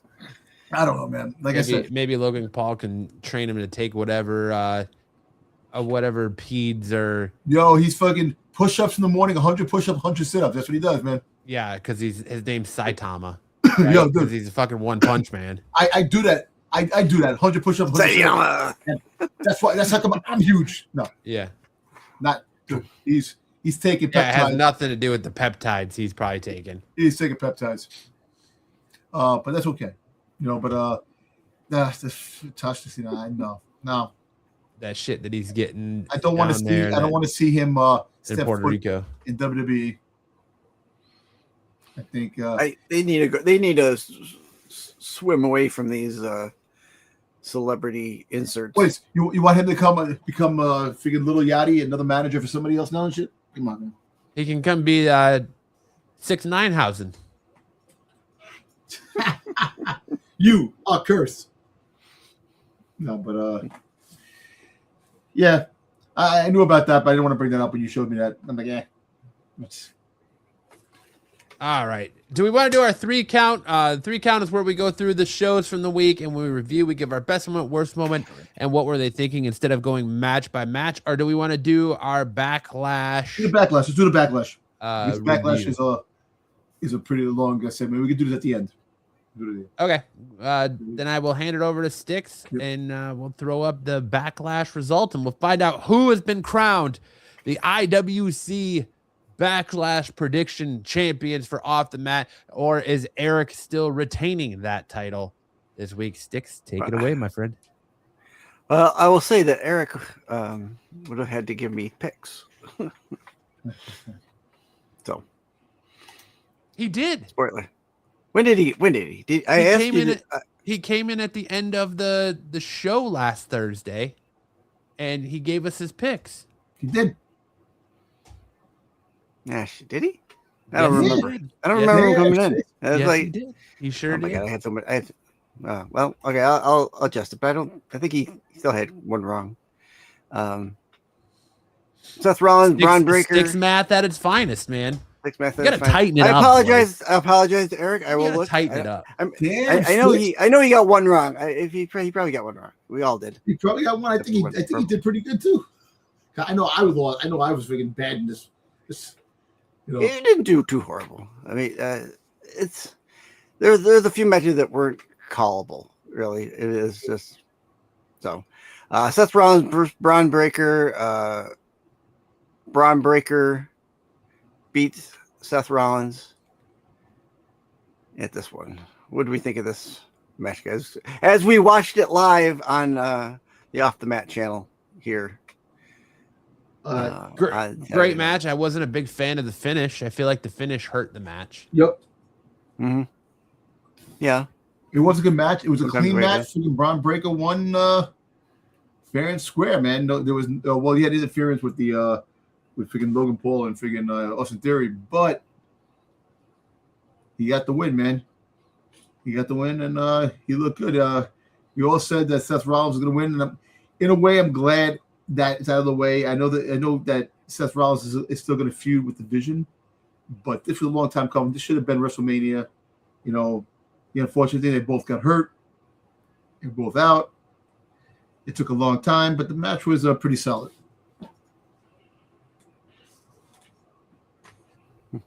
All right. Up next.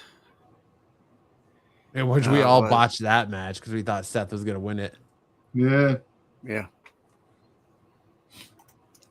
Trick Williams defeats Sami Zayn to retain his U.S. championship. I think that was a no-brainer. Sami wasn't coming in and winning this off of him. Yeah, they plan to have Trick Williams hold his belt for a minute until he's SummerSlam. So I'll tell you this: Eric picked Braun Breaker to win the Seth match. Yes. So he's already one up where the rest of us are missing. So Cal Stocks reached out to you? He sent me pics. Yeah. Oh, he did. Okay. And you mean Dub and Pete didn't send any pics? They did not. No, okay. I double checked the chat and they didn't send. I think they thought they had to have it live for the show, Oh, okay. which it's never been a thing, but that's fine.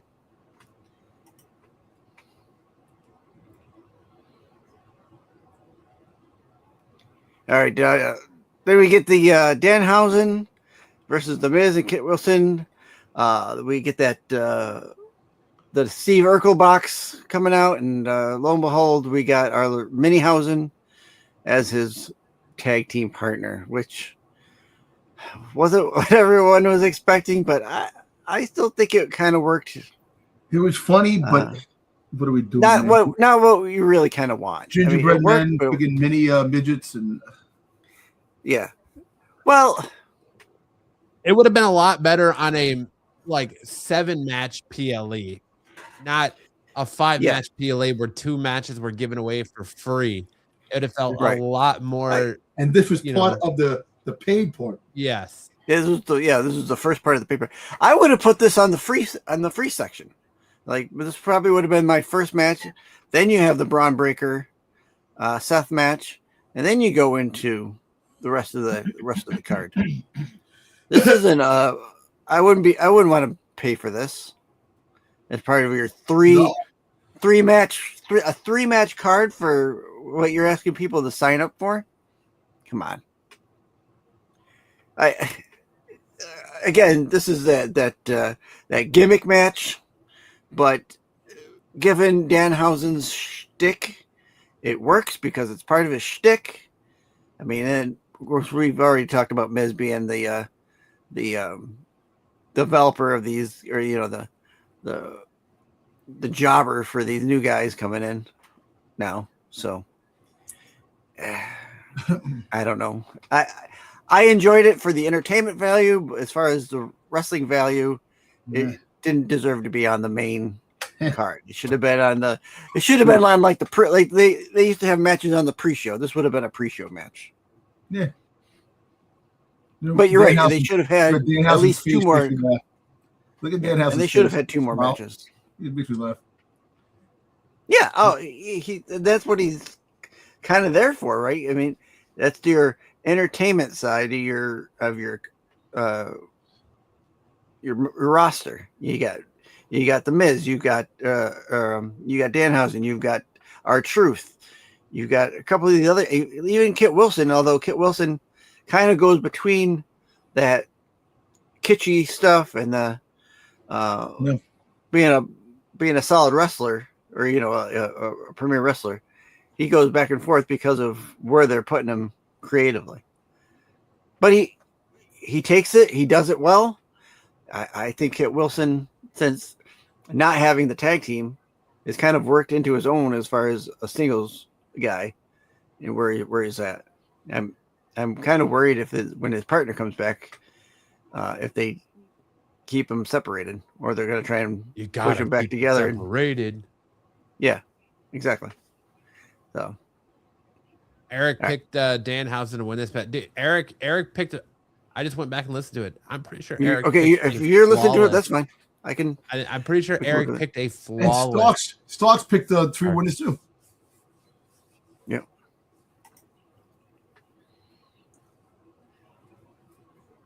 Everybody took EO here. This is no surprise. Yeah, we knew EO was winning on this one. Iosuke versus Asuka. This one was a really good match. From these two perspectives. The idea of she doesn't retire at the end of the match, but she kind of sends herself off with the whole face turn at the end, and then what we get from her on social media, right? I mean, it's not the end for her, but she's not exactly continuing. Well, we got her leaving the show on Raw too. with Kyrie with Io saying goodbye to her. So there's that little caveat from Raw too. Right. And that supposed to be video from? Was that supposed to be from Backlash? It wasn't from. No, it was from Raw Monday night. She was there Monday night. Yeah, she was backstage. Which, okay, I get it.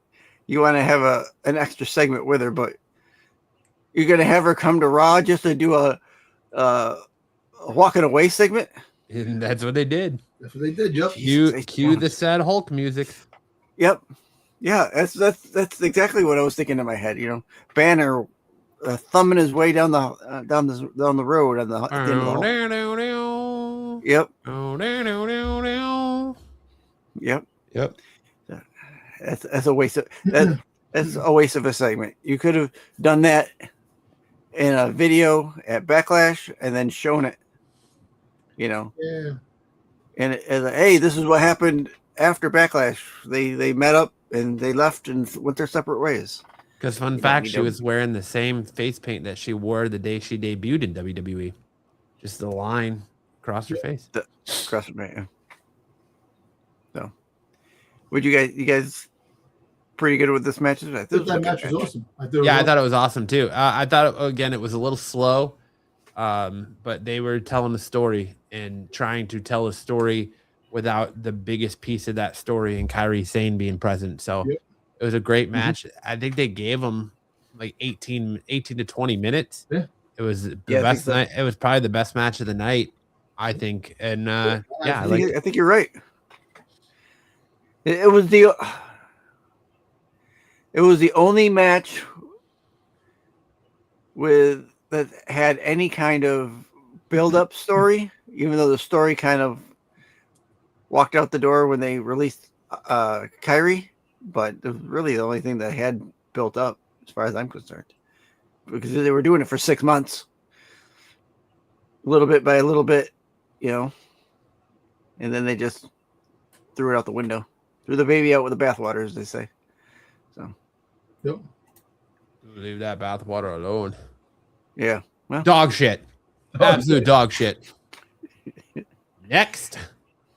Yep, this was the dog shit section. Yeah, I agree. This didn't need to be on the PLE. Why have an announcement like this on your PLE unless it's to sell tickets? You could have had John Cena lives in Tampa, but it's that whole. You could have had this on Monday Night Raw.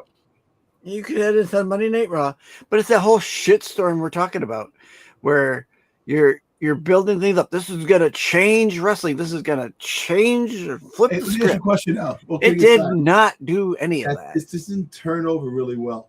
The fans are confused. Fucking outside people are confused, and it just really left the bad taste a lot about people's mouths. You think they say they just shovel us under the rug and say forget about it? Not even the name. The guy whose name is on the championship in the tournament is confused. It's not. It's not a good look when everybody involved in this, including the guy who supposedly created it, is confused by it. Exactly. Yeah. No. Yep. Not a fan. Not a fan of how they did it, what they're doing, or how they explained it. Really, not what they're doing, but how they explained it. And then we had Roman Reigns versus Jacob Fatu. Roman Reigns retained over Jacob Fatu. Damn, goddamn Jacob Fatu. Bullshit, man. Zilla freaking Zilla was supposed to show up. He didn't show up. Freaking goddamn Solo. Sokoa was supposed to show up. Never did. Freaking goddamn Royce Keys was Nobody showed up. There was no interference whatsoever in any of these matches. Well, they tried to in the Seth Braun match, but they got pretty well dispatched. Yeah, that's true. Yeah, man, I think Eric and Kyle are tied for the title. Yeah. They called a perfect. Yeah. They called a perfect PLE. Yep. I apologize to Eric. I won't add him. It's Sticks math. It's bound to happen. Well, Sticks, you're rude. You're rude, obnoxious to do that to Eric. I forgot that he showed up late in the program. God, saying the guy is so forgettable. Sticks is like, this guy is so forgettable. I can't even remember he showed up. I'm not saying that at all. I will believe say, you however, bothered to donate your time to show up and give your picks. Hold on. Let me talk here for a second. I will say, however, no, I did not. Yes, I did forget about Eric. No, I do not think Eric is forgettable, but I will tell you this. I would love to have Eric show up week after week and be on the program. I'm going to tell him that, look, Stick said Don't, so forgettable. Damn, that's not what I said at all. Couldn't even be bothered. That's a good dude, man. He couldn't even be bothered to take your picks. Because I only went to our portion and I had forgotten. Okay, listen. If you want to throw me under the bus like that, you go ahead. You remember your boy figured Kyle Starks. Yeah, you remember Kyle Starks. Yeah, you remember him. He didn't show up at all. Yeah. He sent the picks personally to you. What's he offering you? Some free autographs at a con or something there, Sticks? Is that what's going on? No, I do not. I'm not one to take bribes. I am not one to take bribes. Getting some kickback from old Kyle Starks here, huh? Yeah. I will personally. Now I got to figure out. Listen, Kyle, we will give you a weekly segment so you can come on our show and shill whatever you need to shill, even if it's not professional wrestling related. You can come on here and shill. I think he'd be all right with that. Somehow I think he'd be all right with that. Like he said, look at how he made this belt. He put Kyle Starks drawing. He did nice. And poor Matt. Hey, I've been up in the as we progress, my championships get better looking and better looking. Poor Eric left in the mat. Right. Poor Eric. So forgettable. Poor Eric, man. Come on, man. So forgettable and Sticks. Damn, Sticks. That's ruthless. All right, be that way. That's fine. That'd be that way. That'd be that way. Be that way. That's fine. Be that way. I can take it. I'm a big man. I got big shoulders. Congratulations, Eric and Starks. Yeah. Calling a perfect PLE. IWC off the mat champion. PLE champion for this week. For this month. This week. I have to say this week because there's a fucking PLE coming up next week. Isn't there? Listen, I call shenanigans. I think if you're not on this program to give your picks don't count because you could sit there and bribe Sticks. How do we know that Kyle Starks did not bribe Sticks after the match and be what like, what comics did he give you? What comics did he send you? Yeah, it'd be like, listen, I just want to be called. I just want to win this championship and say that I won this championship after my second appearance on this show. I figured it out. Kyle Starks is going to draw Sticks in his latest comic book for the Wrestling Heist, the sequel. Wrestle Heist 2. Wrestle Heist 2. Yeah. No, it's Sticks. Sticks probably was like, listen, I want you to paint me like Rose from Titanic. But instead of laying on a couch, and only a necklace, I want you to paint me laying in front of a TARDIS with only a sonic screwdriver. That's what I want. I want you to draw that for me, and I will make sure that I cook this championship for you. And you can just give me your picks whenever you want. I would listen. Even after the match, I'll just automatically say you won. The first person to sign up is Mr. Brucifer.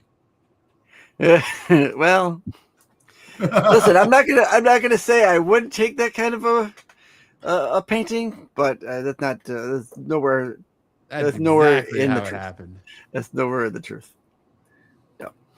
I think that's exactly what went down. All right. I think that's why you're nervous laughing because you got caught. It's not nervous laughing. That's just laughter. You got caught taking a bribe. Damn, Sticks. Dirty smut picture. Just a smut picture of yourself. You sold like out the referee, a new low, Sticks. Like the referee taking the money from $1 Million Man, right? Yep. You hit a new low, Sticks. Yeah. No, when freaking Hulk Hogan was fighting $1 Million Man, the freaking referee was changed. And he goes, "How much money did he pay you to get a face to look like just?" Yeah, his twin brother. Yeah. That was still funny to me. That's still funny to me. Everyone's got a price. And apparently, Sticks is a Doctor Who smut porn. Yo, Doctor Who! I heard that smut porn. You got 5 of the most influential artists going to be drawing Doctor Who covers. Hey, listen, I've been trying to work that with Mark Spears for almost a year now. Todd McFarlane said he was going to draw. What, you've been trying to get Mark Spears to draw you like Rose from I've been trying Titanic? I've been trying to get him. No, not like Titanic. Just nothing but you in front of a TARDIS with a sonic screwdriver. Okay, let's move on. Let's move on. I heard that Frank Miller's willing to draw a Doctor Who cover for you.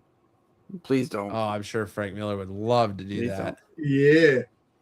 Because there's enough elder abuse with Frank Miller's drawings already. Anyway, overall, what do you think of the pay-per-view overall? Overall, I liked Backlash. I think Backlash was a solid pay-per-view.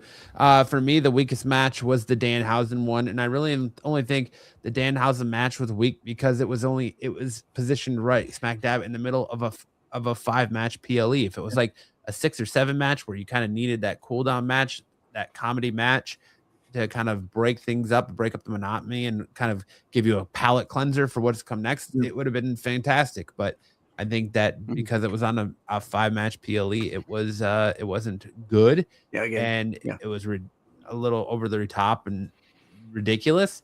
So that's my only knock on it, is just the Danhausen match. Otherwise, and it's not even really anything about against Danhausen. It's just the gimmicky match itself. Yeah.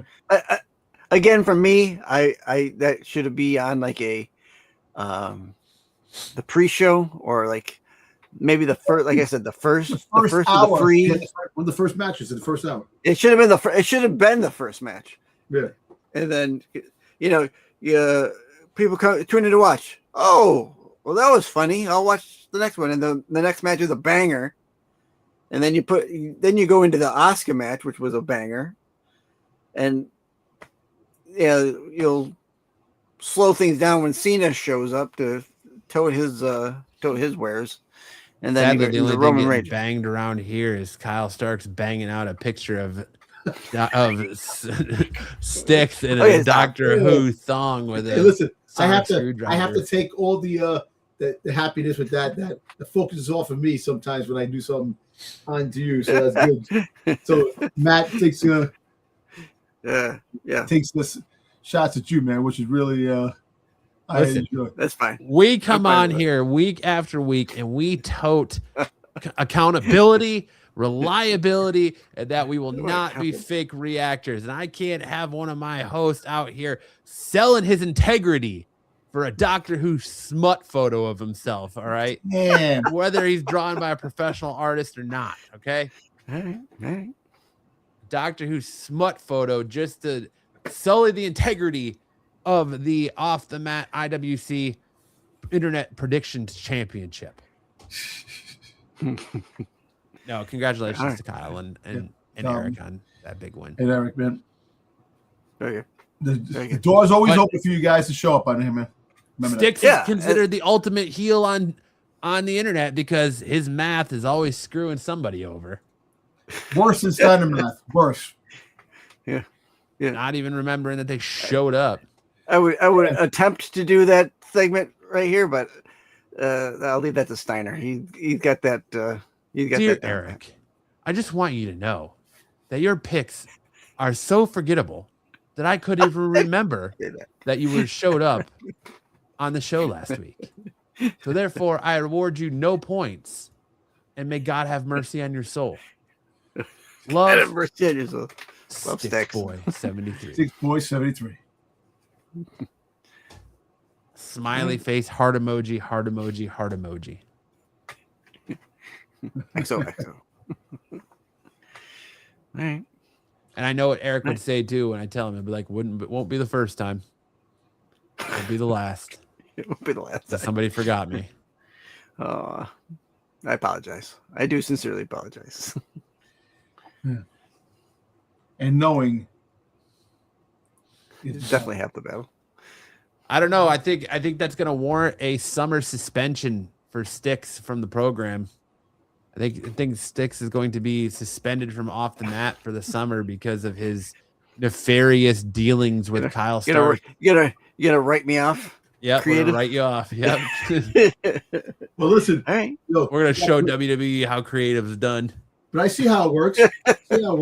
Brucifer has more Spears. You have Kyle Starks. There you go, man. All right, where do we gotta go from here? Because let's do the review, the rundown. I think you've browbeaten me enough. I've yet to begun to beat you. All right, we're gonna get we're gonna get into our 3 count where we review the weekly shows, give you our best moment, worst moment, and what were they thinking moment of the week. And for his just general, just mischievous dealings with Kyle Starks, we're gonna go with Sticks first. Sticks, give us your best moment, worst moment, and what were they thinking moment from last Friday night SmackDown. All right, so for SmackDown, my best moment is actually using Gunther on the program, having him come in and go at Cody. I mean, it's about time they used him. I don't know if I agree with the Cody Gunther line, but it's been a while since, or not a while, but it's been a small time since Gunther actually showed up and did anything. So I'm glad they finally did bring him in. Worst moment, I don't think I think this is going to go for worst moment of the year. The whole gingerbread man funeral. God. I couldn't. I just still can't believe that they went and did that. We talked about it on the Backlash when we were talking right before the show. You know, it's the worst thing they've ever done creatively in any era. By what were they thinking? I guess it would be. I guess it would be the Jade Cargill. I don't really have a reasoning for it. She's not in with it, but she's still showing up and putting herself in there. I don't know if they have she's not a tag team person. She's showing up at these tag team matches. You know, yeah, you got Mia Chin and B-Fab.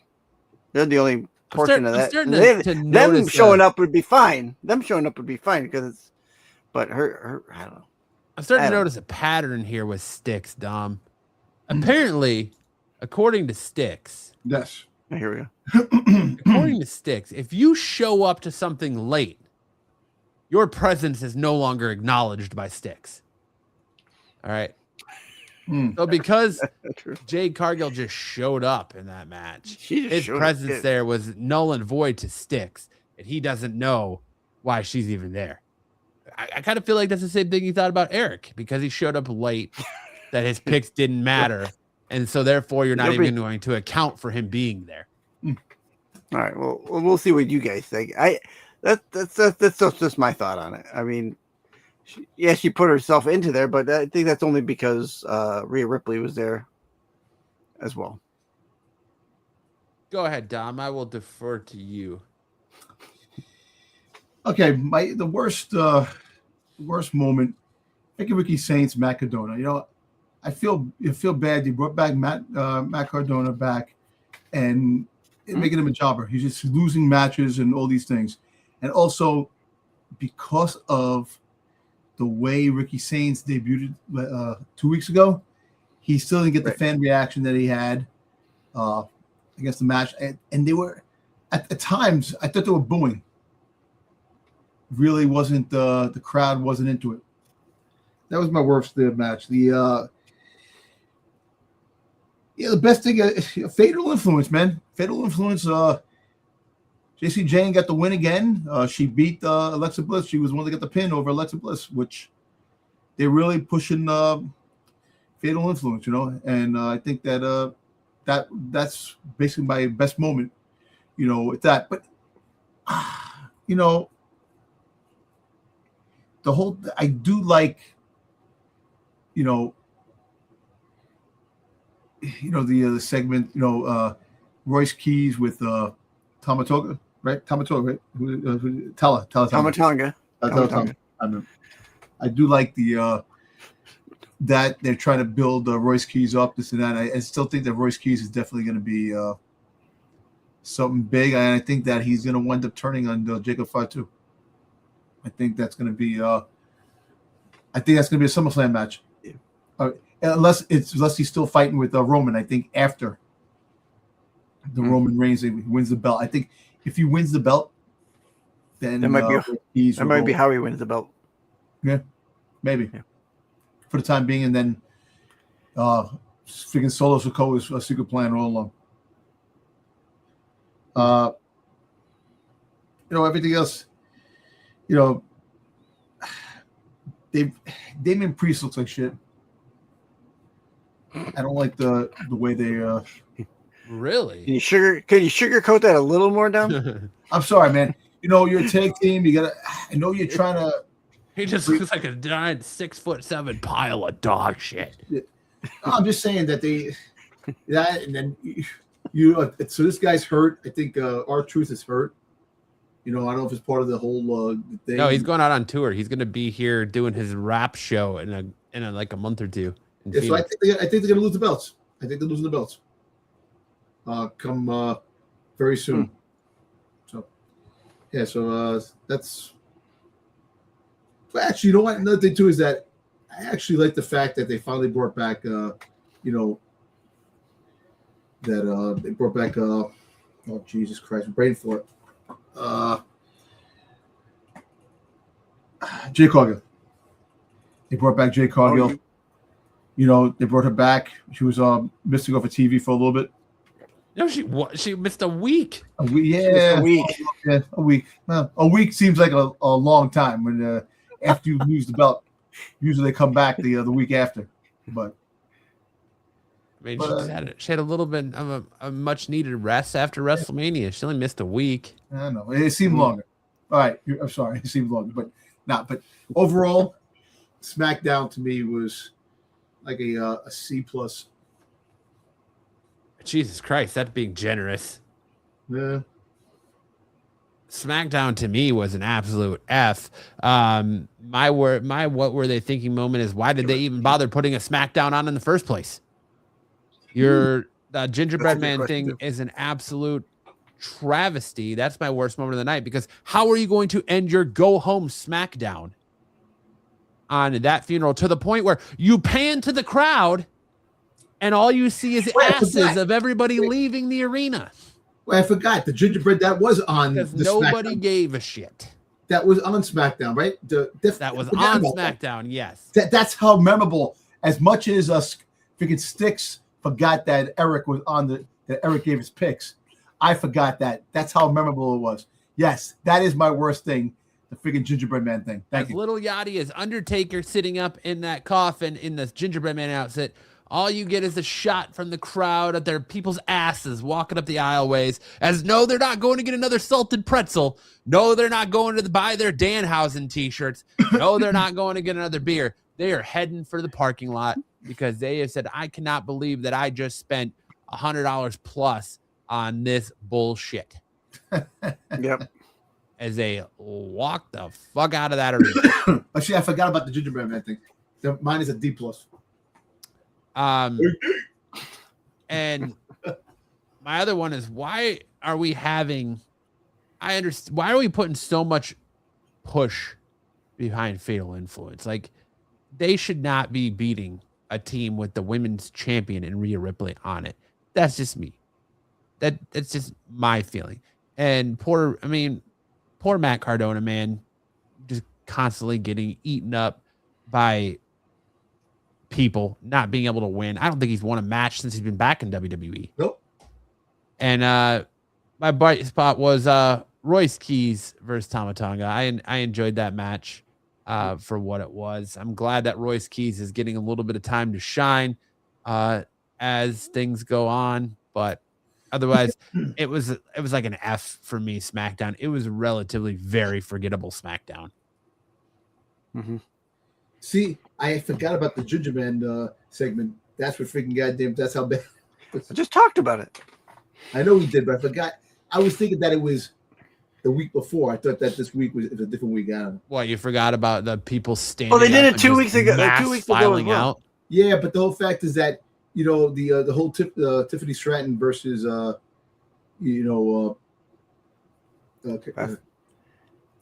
Katana James.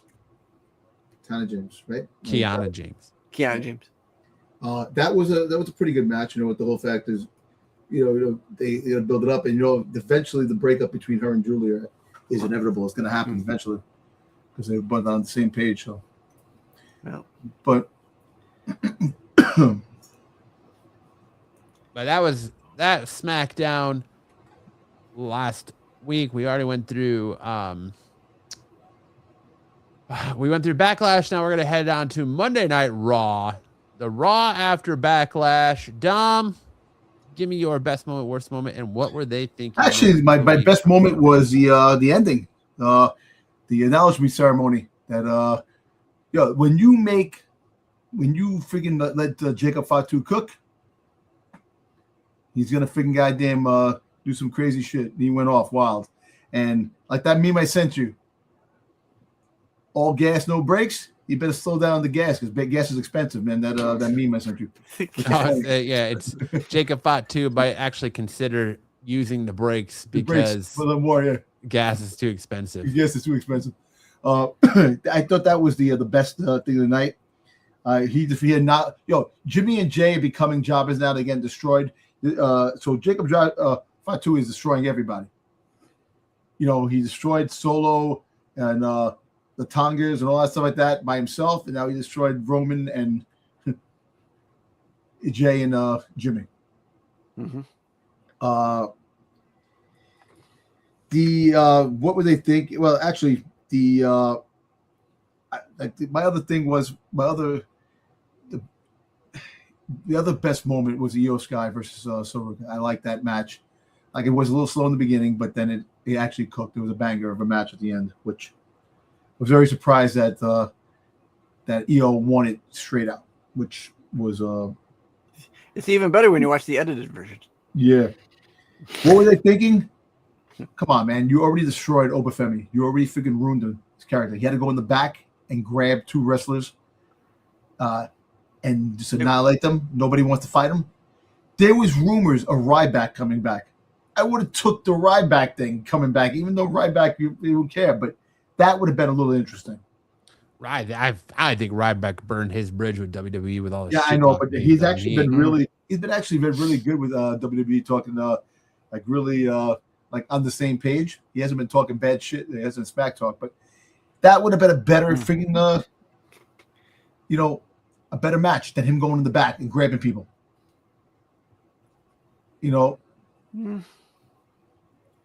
That's you fucking ruining Obafemi. You're ruining him. This open challenge shit is garbage, man. Stop it. It's garbage. Yeah, I'm right there with you on the Obafemi thing. I mean, honestly, we're 2 weeks into it and we're already abandoning ship on the Obafemi open challenge. Having him beat Brock Lesnar at WrestleMania was the wrong choice. It should have been later on. It should have been at down the line at of all places, SummerSlam. But having him beat Brock Lesnar and face Brock Lesnar at WrestleMania really pigeonholed him in the corner, and now they got nothing to do with him. At least against Otis the week before, it was fun watching him throw Otis around because Otis looks like a fucking walrus. So, they're throwing Otis around. He's a big dude, and now you got him out there going against having to go in the back and gorilla and just pull two guys that are just happen to be standing there. I guess Los Garza drew the short straw this week. So that was the worst moment of the week for me. The what were they thinking moment of the week is the way SmackDown or the way Raw ended. I like what Jacob Fatu and Roman Reigns are doing. It's intriguing to me. I want more of this. I want another match between Jacob Fatu and Roman Reigns. But we got to do something else with this angle. We got to do something else with the Samoans. We can't have every single Raw end in the same spot. We can't have every single Raw end with the Samoan going through a table. And a terrible, just absolute terrible announced table spot in its own right. where the announce table looks like it's falling apart, like somebody just kicked over a kid's Legos. Yeah. They gotta get something, another finish, another end, another way to send Raw off the air. I don't care that it was the Samoans fighting. I don't care that it was Jacob Fatu absolutely destroying Roman Reigns. I'm all for that. My problem is we don't need it to end with a Samoan going through an announce table. Hey, listen, Matt, you said the same thing with the Vision when the Vision was ending every show. It's lazy. Yeah. Exactly. It's the same finish, but it's lazy, and you don't need to finish that way. You don't always have to finish inside. Sometimes it's all right to finish on her chest or his chest, whatever your flavor is. Looking at you, Sticks. Your partner's chest. No tummy pancakes. No tummy puddles. That's a good Kyle callback right there. No tummy pancakes. No tummy pancakes. All right, Sticks. Best moment. And my best moment was, I like Sol Ruco and Io. It was a little slow to begin with, but it did cook. It did pick up. Yep. I just don't like that they're burying Sol. What were they thinking? How are you not moving your storyline along with matches? Why is it that Becky Lynch, you felt the need to have to put the title back on Becky Lynch at WrestleMania, then she misses the Raw after Mania, comes back to the next Raw, then misses another Raw. So since WrestleMania, she's only made one Raw in the 3 weeks since WrestleMania. And how do you not use that to progress the storyline and set up whoever her next competitor is, whether it's going to be Io again or whether it's going to be Sol Ruca? Missed opportunity, creative as shite. Yep. There's my 3. But then you have Becky Lynch run into Sol Ruca after you lost and made a comment. She should have interfered to build that thing up. But I like, listen, that's probably one of my spots was you get her talking to Io, to Sol Ruca, calling Io Giannetti. That's just I don't know how you can't just laugh at that because of the whole thing. I'm surprised they even say his name on TV. Last name, from Marty Jannetty. I don't. Yeah. So, best moment for me is what was it here? Ethan Page, the Intercontinental Penta Javon, Ethan and Rusev. I like that match. I thought that was a good match. I like Ethan Page on the mic, man. He's really good. He's really good. Yep. Worst moment. I said it earlier already, and that's the whole. It's a good spot, but having it be nothing more than that. Her walking away with that Io and Asuka.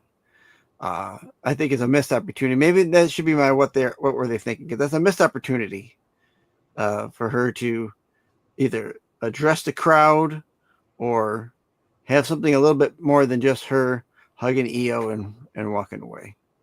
I guess I'll put that in my what were they thinking, because that's a missed opportunity for Asuka. Give her a better send off than that.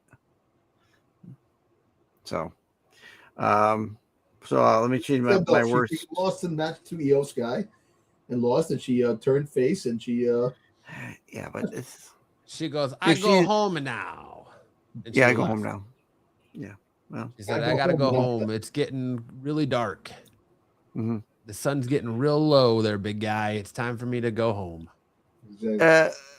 My worst moment, and let me know if you guys agree with this. El Grande Americano Original versus Dominic Mysterio. You got to come original. You got to come original. Why is El Grande getting a AAA championship match on the main roster? Why not? Exactly. He didn't. He hasn't earned any. I mean, it doesn't matter. They're not earning anything anymore. They don't earn anything anymore in WWE. Yeah, he earned it, man. Remember, he learned how to. He learned the moves in the street. you know, it was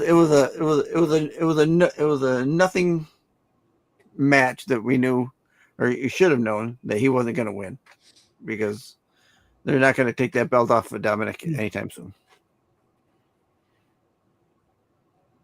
And they definitely are, him having these he has in place in AAA. If you don't know, for this mass versus mass, they have a stipulation that El Grande Americano and El Grande Americano Original can't touch each other.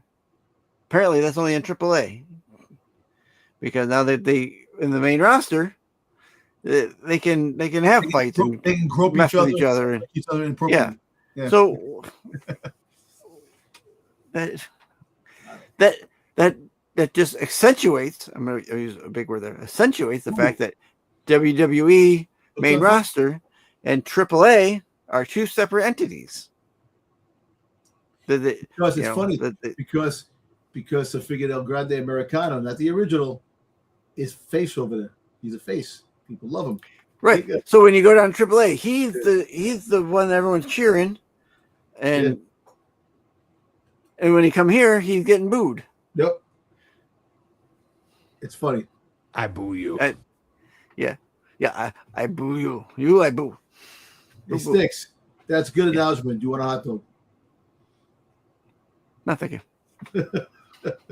I'll take it. Take it. So there you go. That's my Raw. All right. What about NXT? Did you guys check out NXT this week? I did. Tina Paxley and Lizzie Rain. I really like Lizzie Rain's friggin' like enthusiasm. The way she's like bigger than the world. The type of wrestling. People love her. Like off the bat, people think they definitely there's a thing, the crowd connection with her. Of course, you got the friggin' I think that was the best thing. The other matches, like I was in and out watching the other stuff. Nakaru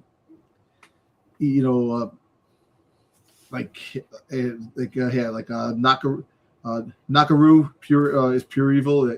That was a good match, but it was a short match. That was pretty short. That wasn't Yeah, it was short. it wasn't that long of a match. You blink and it was over. When I turned around, it was over with. Bright Right versus EK Prosper and Sean Legacy and Tate Wilder. That was an okay match. It's usually what it is when you get too many people involved in a match sometimes. Like those big matches they have in like the 8-man tag team, the 10-man. It's kind of, and that was okay. It wasn't great, but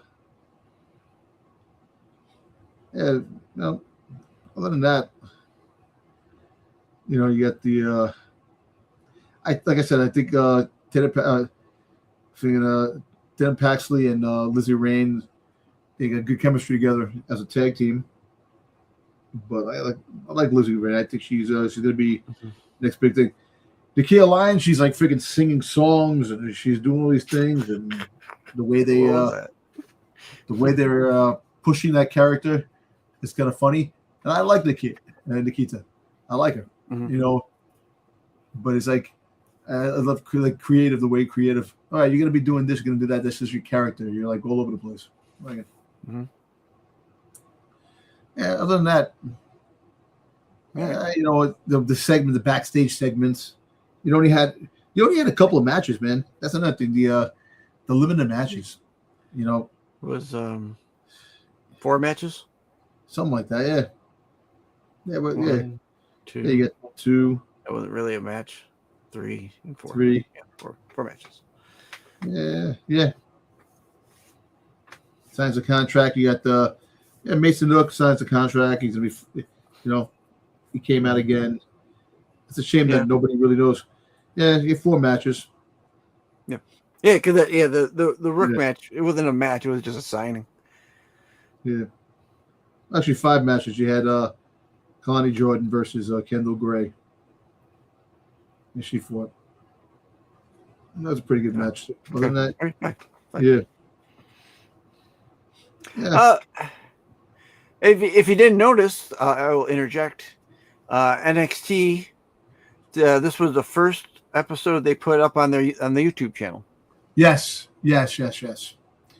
Hey, Brandon, what's up, buddy, man? Yeah, WWE is not as good as it used to be. Of course. We talk about that all the time. It's creative, man. Creative. Right. They need to get up the heads at the asses and fucking do some good work. Get off the AI shit. Yeah. Since Matt's gone, I'll go next. I'm going to start with the what are they thinking, and I'm going to go into that Mason Rook. I hate contract signings. I know but contract signings. Also, if you're going to have a guy doing an assault off the top rope, make sure people know where their mark is. Yeah. True. Not everybody made their mark on his moonsault off the top rope there. There was a couple guys that just kind of fell because they were off to the side. Yeah. That's a lot of mishaps too, man. I say, but it's all right. They can't, like, it's getting the chemistry together with these. Like I said, there's a lot of promising people at NXT. Man. Definitely. But that's. I'm going to give him a pass because it's only his second week, and they probably don't have. It's the chemistry, but it's also the ring, your ring, whatever they call it, who set up, and they work the match ahead of time. They're supposed to say, "Hey, this is your spot. Know where your spot is." That's part of the game of pro wrestling. You got think about it. You go up to the rope, you go to the top of the rope, and you jump off. Sometimes that spot, you don't see that spot. You're jumping off. You're thinking about freaking getting that flip over that you want to make sure that you land on the person or you don't hurt yourself. Oh, I'm not talking about Rook. I'm talking about the people on the ground. Yeah. I'm talking about the catchers, the people who are supposed to be there to catch you. Yeah, that's what I'm talking about. But dude, try to catch Rook did fine. Try to catch these people. Oh, I know, but there's four. It's supposed to be 4 in one spot. Yeah, and there's only 2. That's the difference between the guy getting caught or the guy breaking his leg. Yeah, true. So, but you gotta be better with that. My worst moment of the week is I just had it here. Where is it? I guess it was that the length of the what are they called now? Backstage segments. No, Mason Rook. No, Nakayama. No, Nakaru. Nakayama. Yeah. Naraku. Yeah, the Naraku match. It was short, but he wasn't fighting anybody of stature either. So eventually get up there. But I do like him. So far, I like him. Yep. I'm gonna go back and watch some of his stuff in New Japan. So we'll go from there. My best moment is it's gonna be multiple moments for NXT, and it's the storyline setups of note. Where in the first one we get the whole Zarya and Nikita Lyons. Nikita Lyons is showboating. Zarya doesn't like it. She leaves her to fend for herself, and that sets up Zarya versus Nikita Lyons somewhere in the future. I like that. I mean, that's fine. Yeah. And then what's her name there? The 80s chick there. Oh, Lizzie Rain. Lizzie Rain. That match was a good match, and I really like the way they worked that match. So I think they're NXT did good with their women's division this week. So that's my best moment. Their women's division was on point. So Nice. It sounds like you both thoroughly enjoyed NXT. Yeah. Yeah, it was a good night. But better than it had been in some past. So I loved me some Lizzie Rain and Tatum Paxley defeating Nikita Lyon and Zarya. I really hope Zarya gets a bigger push. I wish Zarya would get rid of the face makeup because she's an absolute smoke show. I don't care about Dark State. Dark State's probably a worse moment for me. I don't care that they're going through issues or they're becoming the Shield 2.0. Dark State is just fucking boring to me. I already talked about them. I don't care about Noam Dar coming back. But I did Kalani Jordan defeating Jordan. Right. Dude, what were they thinking for me is the Mason Rook thing, because nobody has a clue who this guy is, and they're trying so hard to get him over, and he's surrounded in the ring by all these security guards, and he's jumping around all the place and throwing people around.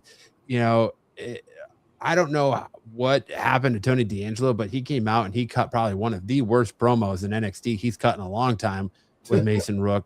You got this dude just talking in the ring. Nobody cares. You give nobody a reason to care about this dude. They should show video packages of this guy. Yes, they should have something.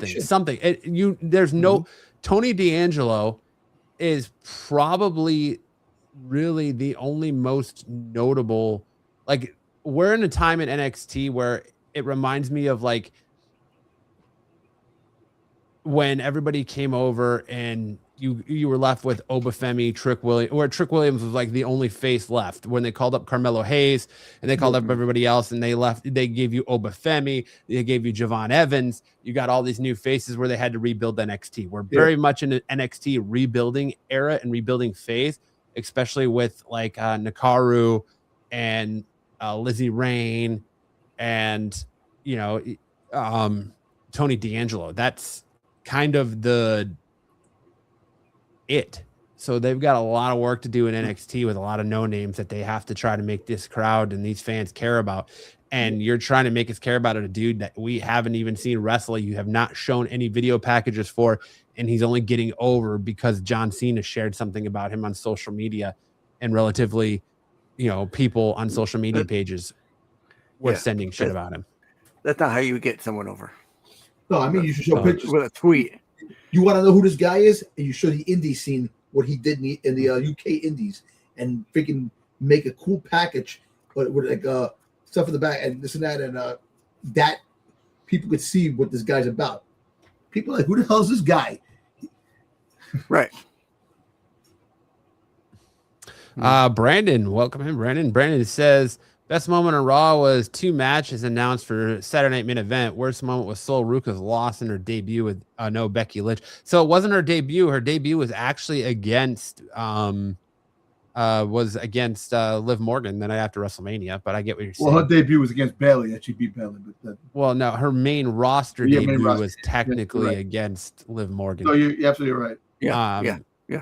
And what were they thinking was Obafemi, Open Challenge? Yeah, I agree with you on all aspects there as well. AEW was much better than Raw this week, in my opinion, as well.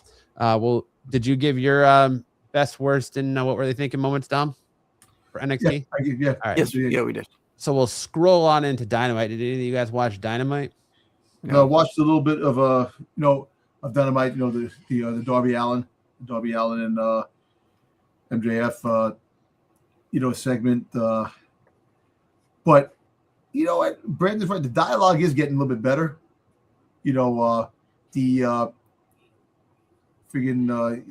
back with John Moxley and Ospreay. I mean, I really liked, for me, the best moment of the night was the AEW World Championship match, Darby Allin versus Kakashi Teshikita. Yeah, no, that was good. No, that was good. But that was a good match. Some of the backstage stuff was good. Everything has to have a backstage stuff. I'm gonna say for me, worst moment was the TNT Open Challenge, because I'm kind of tired of open challenges. Yeah. Same here. Nothing Man. against Speedball Mike Bailey or Kevin Knight or in the return of Brian Cage. I just think that, I'm just kind of over open challenges, but what I don't really have a what were they thinking moment from AEW, because I kind of feel like Dynamite was a solid show. It wasn't like anything crazy, but it doesn't have to be like a Raw after WrestleMania caliber show. It was good for what it was. It was a decent Dynamite. It actually got me to sit there and watch all of Dynamite. So I would say it was a job well done. It did a lot more than Monday Night Raw did. Right. So Very good. That's for me. And then we'll hand it over to Sticks for heat check. What are you hot on and what are you cold on this week, Sticky boy? All right. So let's see here. I gotta bring it up. I'll add it up.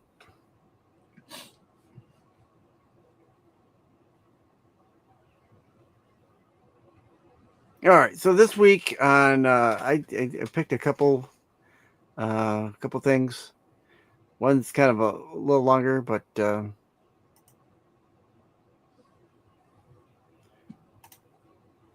right. So this week, I think we might have talked about it a little bit last week. The whole AEW TV deal drama, how they're facing challenges with Warner Brothers, the Warner Brothers deal, and a potential move to like a lot of these shows are. They're putting their stuff on YouTube, and they're making revenue off of that in smaller portions. But I don't know.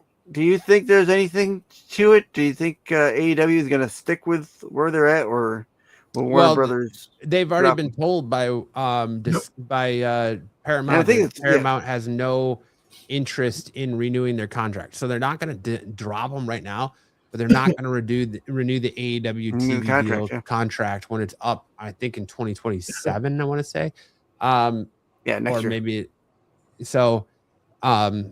Yeah, they're going to have to find a new streaming home. But the problem is the major players for professional wrestling are WWE adjacent, TKO adjacent. Paramount has a huge deal with TKO for UFC. They're not going to go against UFC and TKO and have AEW remain on Paramount because they're going to do away with HBO Max. So they're not going to have AEW remain on Paramount or TBS and TNT when they own those networks.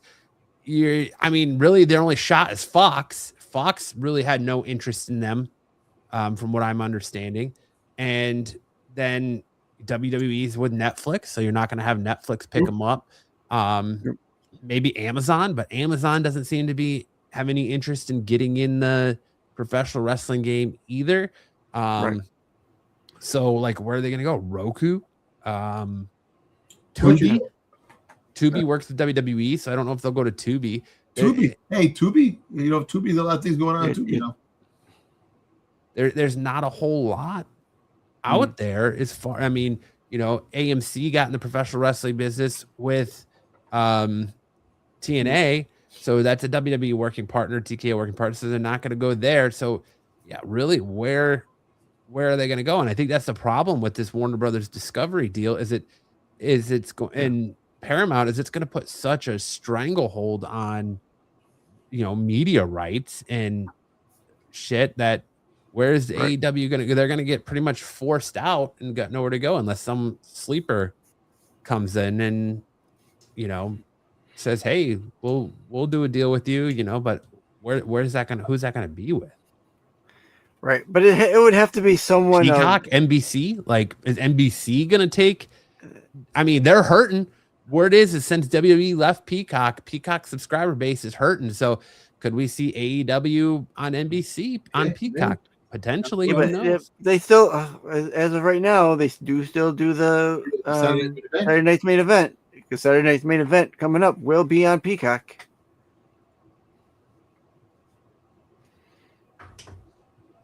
So I don't know. I don't know where you put them. Put them on. I don't know, in WGN. Put them on some local, give them like a local. Put them on Bronx Net. Syndication. Bronx, freaking the Bronx Network. The Bronx Network. Bronx. The Yes Network.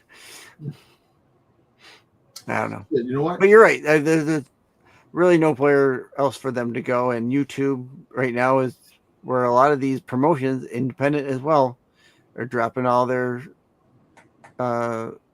stuff. So I guess we'll see. I think we got like a year left on their TNT contract. So as far as can I come on move forward here? Well, what's cold this week? I thought I'd go into. Is it not going to move for me? Why isn't it moving? I figure SmackDown has been bad the last 3 weeks. Yeah, here we go. So for what's not, I thought we'd go through the last 3 weeks, or respectively, of programming, and show you where the viewership lies, because the viewership is kind of important for these shows. Right at the top, we're going to go right into SmackDown. April 17th, they had 1.5 million viewers. April 24th, it dipped down to 1.27. And then May 1st, 119. So as you see there, they lost 31, lost another 12 for a total market loss of 43 million people in 3 weeks. Yeah. I mean, that's a lot. That's a lot. AEW Dynamite, 61.7K. 617K. April 22nd, April 29th, dipped down to 596, a loss of 21,000 people. And May 6th, dipped down another 6. So total market loss of 27,000 people for AEW Dynamite in a loss. AEW Collision, 423K on the 11th of April. 25th of April, dipped down to 397. What was that? A loss of 26. And then May 23rd, down to 347, another 50,000 for a 76,000 loss in viewership for Collision.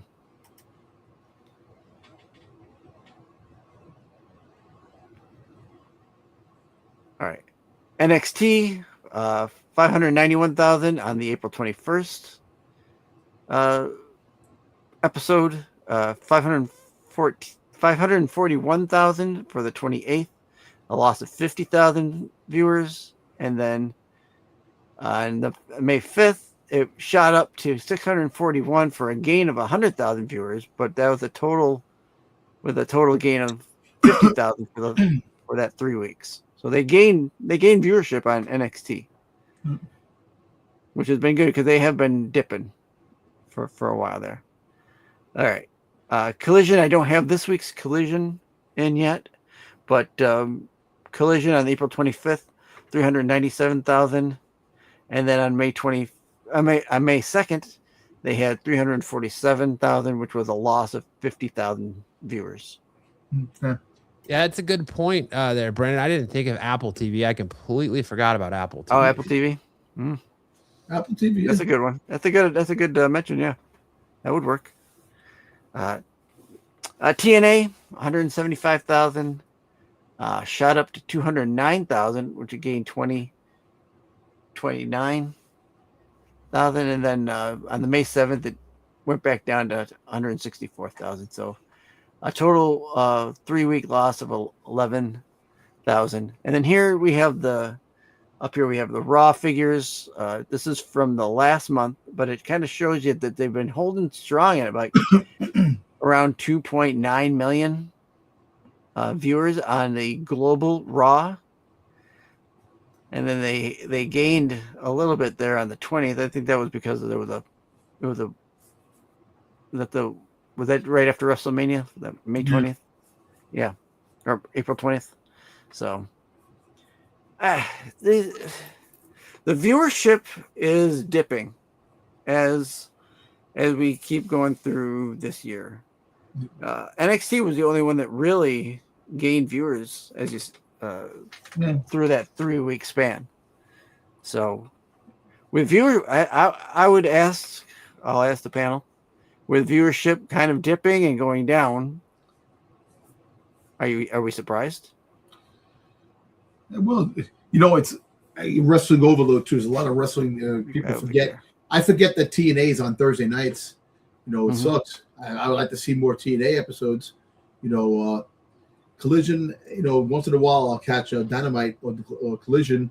AEW. Happy birthday, Brandon.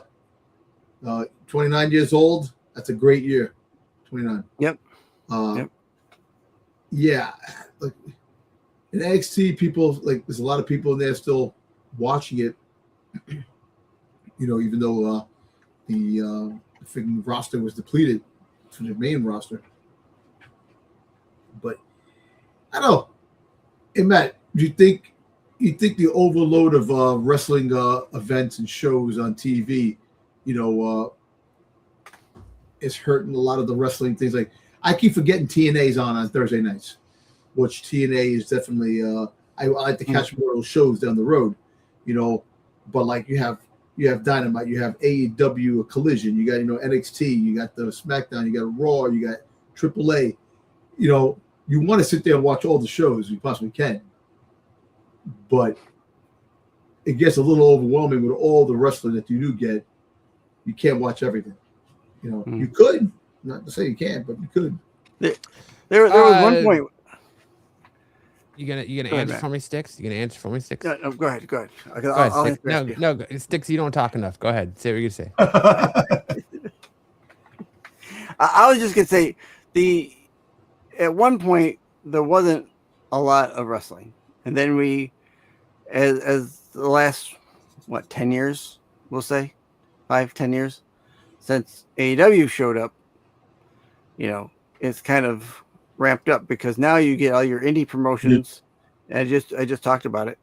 You get putting themselves on YouTube and putting themselves out there so that you can view their matches and see what they're doing.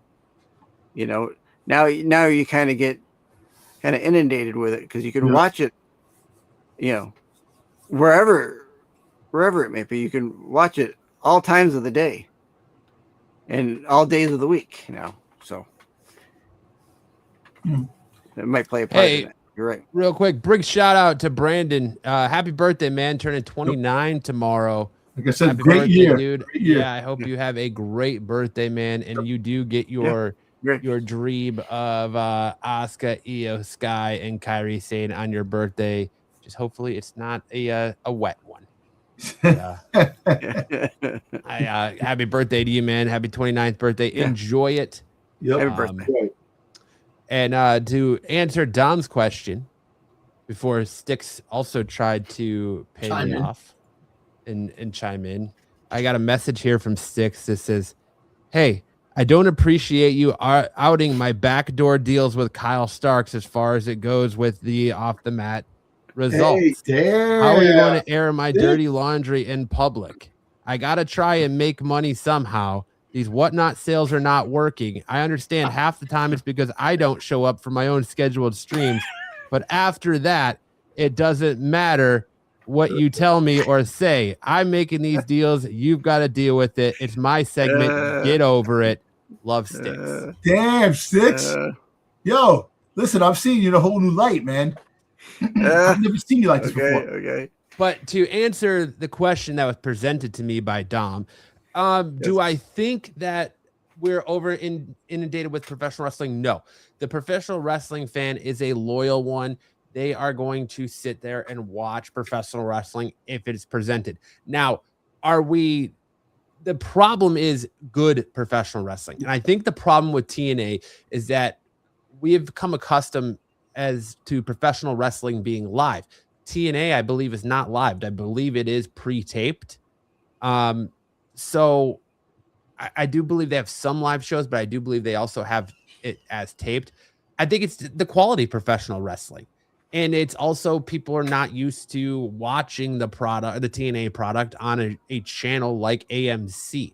AMC is known for primarily what? The Walking Dead, Breaking Bad, things like that. They're not known for professional wrestling the same way that, TBS or TNT was, that USA Network was, that Fox is, and now Netflix. They have to find it's all about good professional wrestling too. I don't think people are going to sit there and invest they already invest their time in a shit ass product on Fridays. They already invest their time in a shit ass product on Mondays. Now you're asking people to invest in a product on Wednesday and Thursday, and that's kind of where you're getting people to draw the line. That's why you have AEW sickos, and that's why you have WWE defenders. I don't think the professional wrestling fan like us likes to consume professional wrestling. It's like a comic book series. You consume it, but you bail on it when it sucks, and you come back when it's great. It has sucked so bad all across the board in every company so far that there's just, why sit there and devote all of your time to watching professional wrestling? Yeah, look, we got a super chat. Yeah, got a super chat there from Golf Franchise with a big 99.99 that says K100 is reporting that AEW signed a 5-year streaming contract with Roku, and their pay-per-views will air on Roku's premium channel, the Howdy channel, via sources at Paramount Studios after the Turner deal. Wow. I have not seen that yet. If you have a link to that and can drop that in the chat, that'd be sweet. Appreciate that $9.99 bomb. Appreciate that. Definitely. I have not seen anything about an AEW TV deal yet. So. Not yet. Wow. All right. Let's see. Let's use the power of the internet. Let's see. I don't know. I hadn't heard this either. So. Okay. So it says, as of May 2026, AEW has launched its My AEW streaming platform on Roku and Roku TV. This app provides international fans with live access to Dynamite, Collision, Ring of Honor, along with pay-per-view bundles and a 24/7 fast channel, solidifying its presence on major connected TV devices. Yeah, so that's just because they have not had AEW in Europe. They have not been able to watch it. They've had nowhere to watch it, I guess. So that's what that is. It doesn't sound like it's an actual TV deal for Dynamite. It's just part of their My AEW. Like it's essentially their WWE app, or WWE network. So you can subscribe. That we were talking. Styx talked about that a few weeks ago, I think, where they were doing that, where you had to pay some ridiculous amount of money for different tiers. And you get like the pay-per-views and all that stuff included. Yes, it's 3 paid tiers in the US, Canada, Mexico, and India, including a $7.99 a month TV plan and a $19.99 a month pay-per-view plan. So what? So there you go. Maybe they'll just thank you again. Appreciate it. We definitely appreciate you dropping that 10 bomb and hanging out, man. That might go along with it. Now, I'm sure you've also read that, and Dom will know this, that the AEW just filed a lawsuit against Triller, which used to be Fight TV, because they said they were mishandling their funds. They were skimming off the top, as it were, with their pay-per-view money.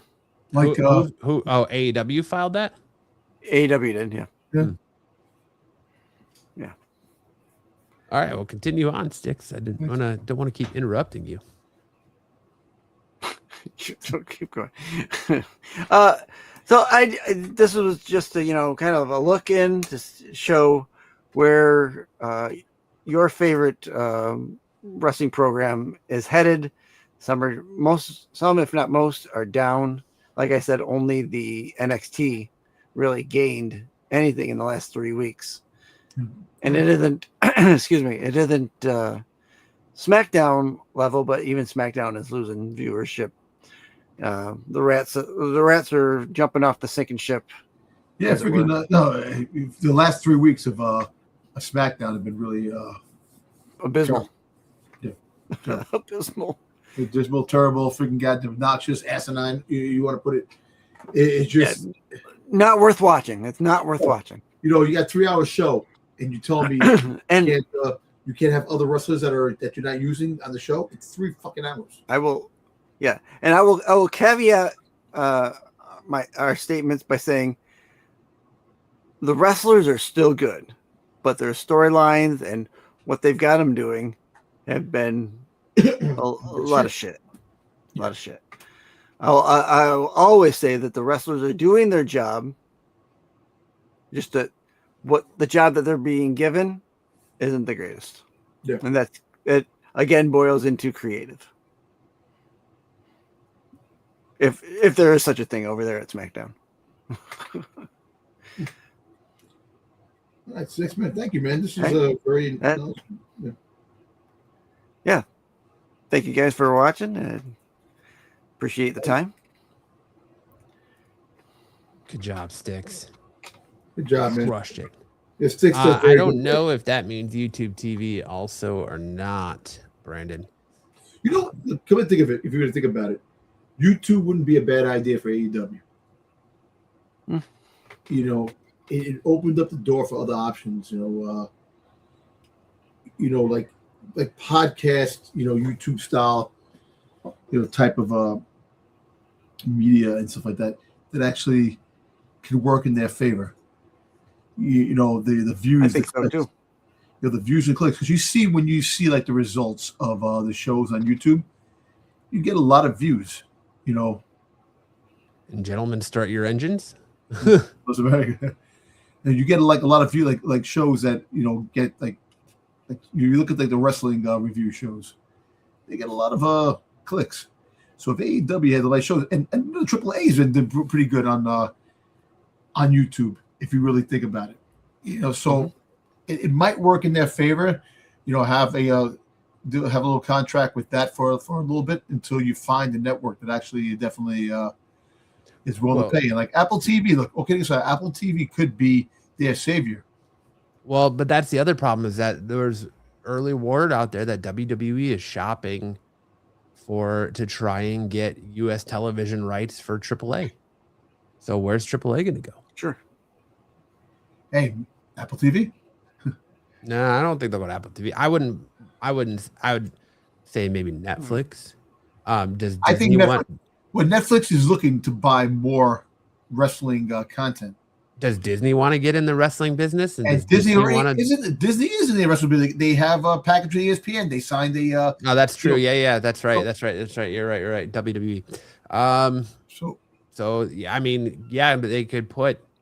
How about this? How about Disney itself? AAA on how about on Disney itself? You put AAA on Disney, like you have a thing, and that could actually work because Disney likes, they likes the that type of atmosphere, like wrestling. They wrestling. Think about it. It's a big comic book hero. You get these guys dressed up as clowns and freaking iguanas and stuff like that.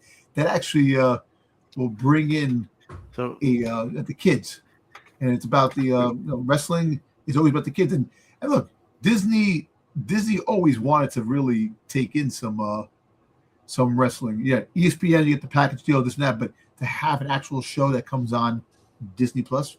I mean, I really think that your only only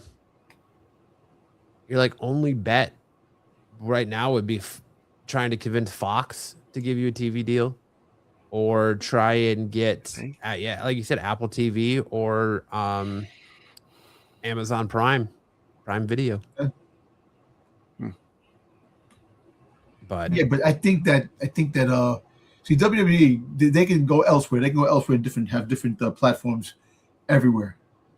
But I think Netflix would be a good deal for them too. You come to Netflix, a Saturday night show on Netflix, Saturday night, AAA wrestling.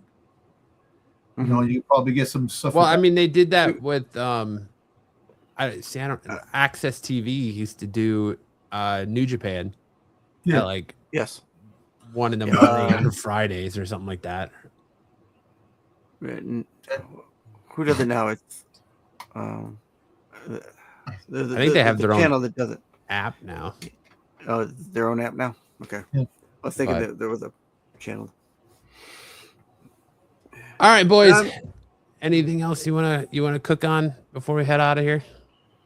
No, just maybe go over just the house shows again, which is a very good idea. I'm happy that they're doing that. That's something that that needed to be rectified because, like I said, the house shows killed a lot of stuff.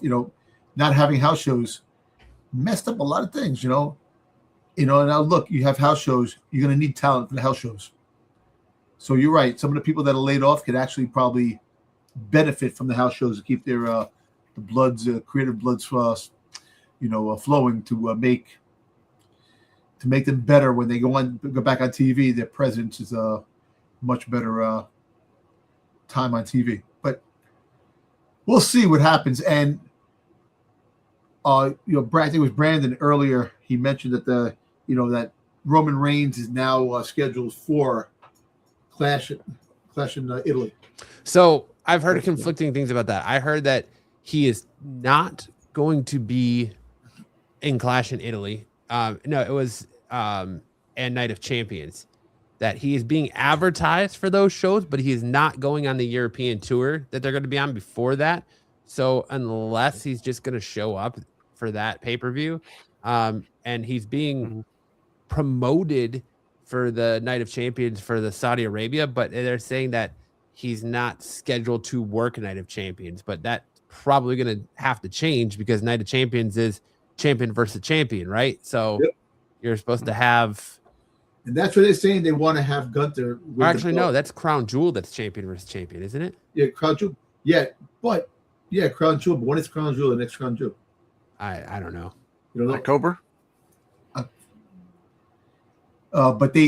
like I said, the rumor, maybe it's, I can't remember which one it is because I know they have a stupid title belt. Yeah, that's Crown Jewel. I feel like I feel like it's that, Crown Jewel. I feel like because Seth Rollins beat Cody Rhodes for it. Cody Rhodes beat Gunther. Yeah, the last time. So that's why, and they want. I can't keep all this shit straight. Yeah, they want Gunther to win the fight against Roman Reigns. So that's one of the things they've been talking about. So who knows what's going to happen with? Well, they've been jumbling them around too. Like now we don't have Money in the Bank. Yeah, Money in the Bank isn't until after SummerSlam this year. So yeah, well, listen, but that's about it, man. Really, when we should really be gearing up towards Money in the Bank right now. Yeah. So yeah, but. All right, everyone. Thank you so much for hanging out with us tonight in the chat. As always, your participation. Golf Franchise, thank you again for that big $9.99 bomb. We appreciate your super chats. It goes a long way to help the channel, help us get clips out and do our thing. Guys, we've been putting a lot more, we've been putting a lot more time and effort into this, releasing clips, releasing shorts. Let me know what you guys are thinking about the shorts that we're putting out every week or every day so far. I didn't do one today just because I knew we were doing the show. But yeah, thanks to Brandon, thanks to Zaggy, thanks to Big Golf Franchise. Thank you so much. Yeah, again, appreciate it. Guys, that's gonna do it for us. If you want more from Styx and Dom, make sure to head over to our partner channel Renovision. You can find a link to them down below and check them out tomorrow night on The Qualified if you're into comic books. You can check me and Styx out Saturday night for SNS. For our pop culture show there. You can check out Dom if you like Star Wars and want to talk Star Wars. Go over to Renovision Sunday nights to check Dom out there and give him some support and love in that Star Wars chat because God knows he needs it. You can catch Styx every Tuesday night on his channel if you're a Doctor Who fan and see who else he's going to try to bribe to get Doctor Who paraphernalia for him to done because there's not enough of it. And if you want more from me, well, you can check me out here each and every day, releasing all kinds of comic book, professional wrestling, and pop culture related stuff right here on my channel. If you haven't done so yet, hit that subscribe button, hit that like button, and turn that notification bell on so you know whenever we go live because we bring you breaking news, bring you all kinds of great professional wrestling goodness each and every day as fast as possible and as soon as we can. And with that note, Dom, take us out with some words of wisdom for the week. With everything in life, like training, being the best at your job, and overall consistency, focus, drive, and discipline get you a long way if you decide to do those things in life. And you can do it if you put your mind to it. You can accomplish anything when you put your mind to it. Exactly. Just about anything. Just, well, yeah. I mean, even then. All right. Well, again, if this is the first time finding us before we head out, we are Off the Mat. We do this every Thursday. We give you our honest, real takes on the professional wrestling business. No fluff, no fake overreaction. We give it to you hard, fast, and straight as we can. And we're not always negative. We're going to say something negative. We try to give some positive spin on it and say, well, this is what I think they should do in return to keep it 100. So if this is your first time finding us, welcome. And if you hit that like and subscribe button, we greatly appreciate it. But on that note, have a great week, everybody. We'll see you right back here next Thursday night, 9 p.m. Eastern, for another brand new episode of Off the Mat.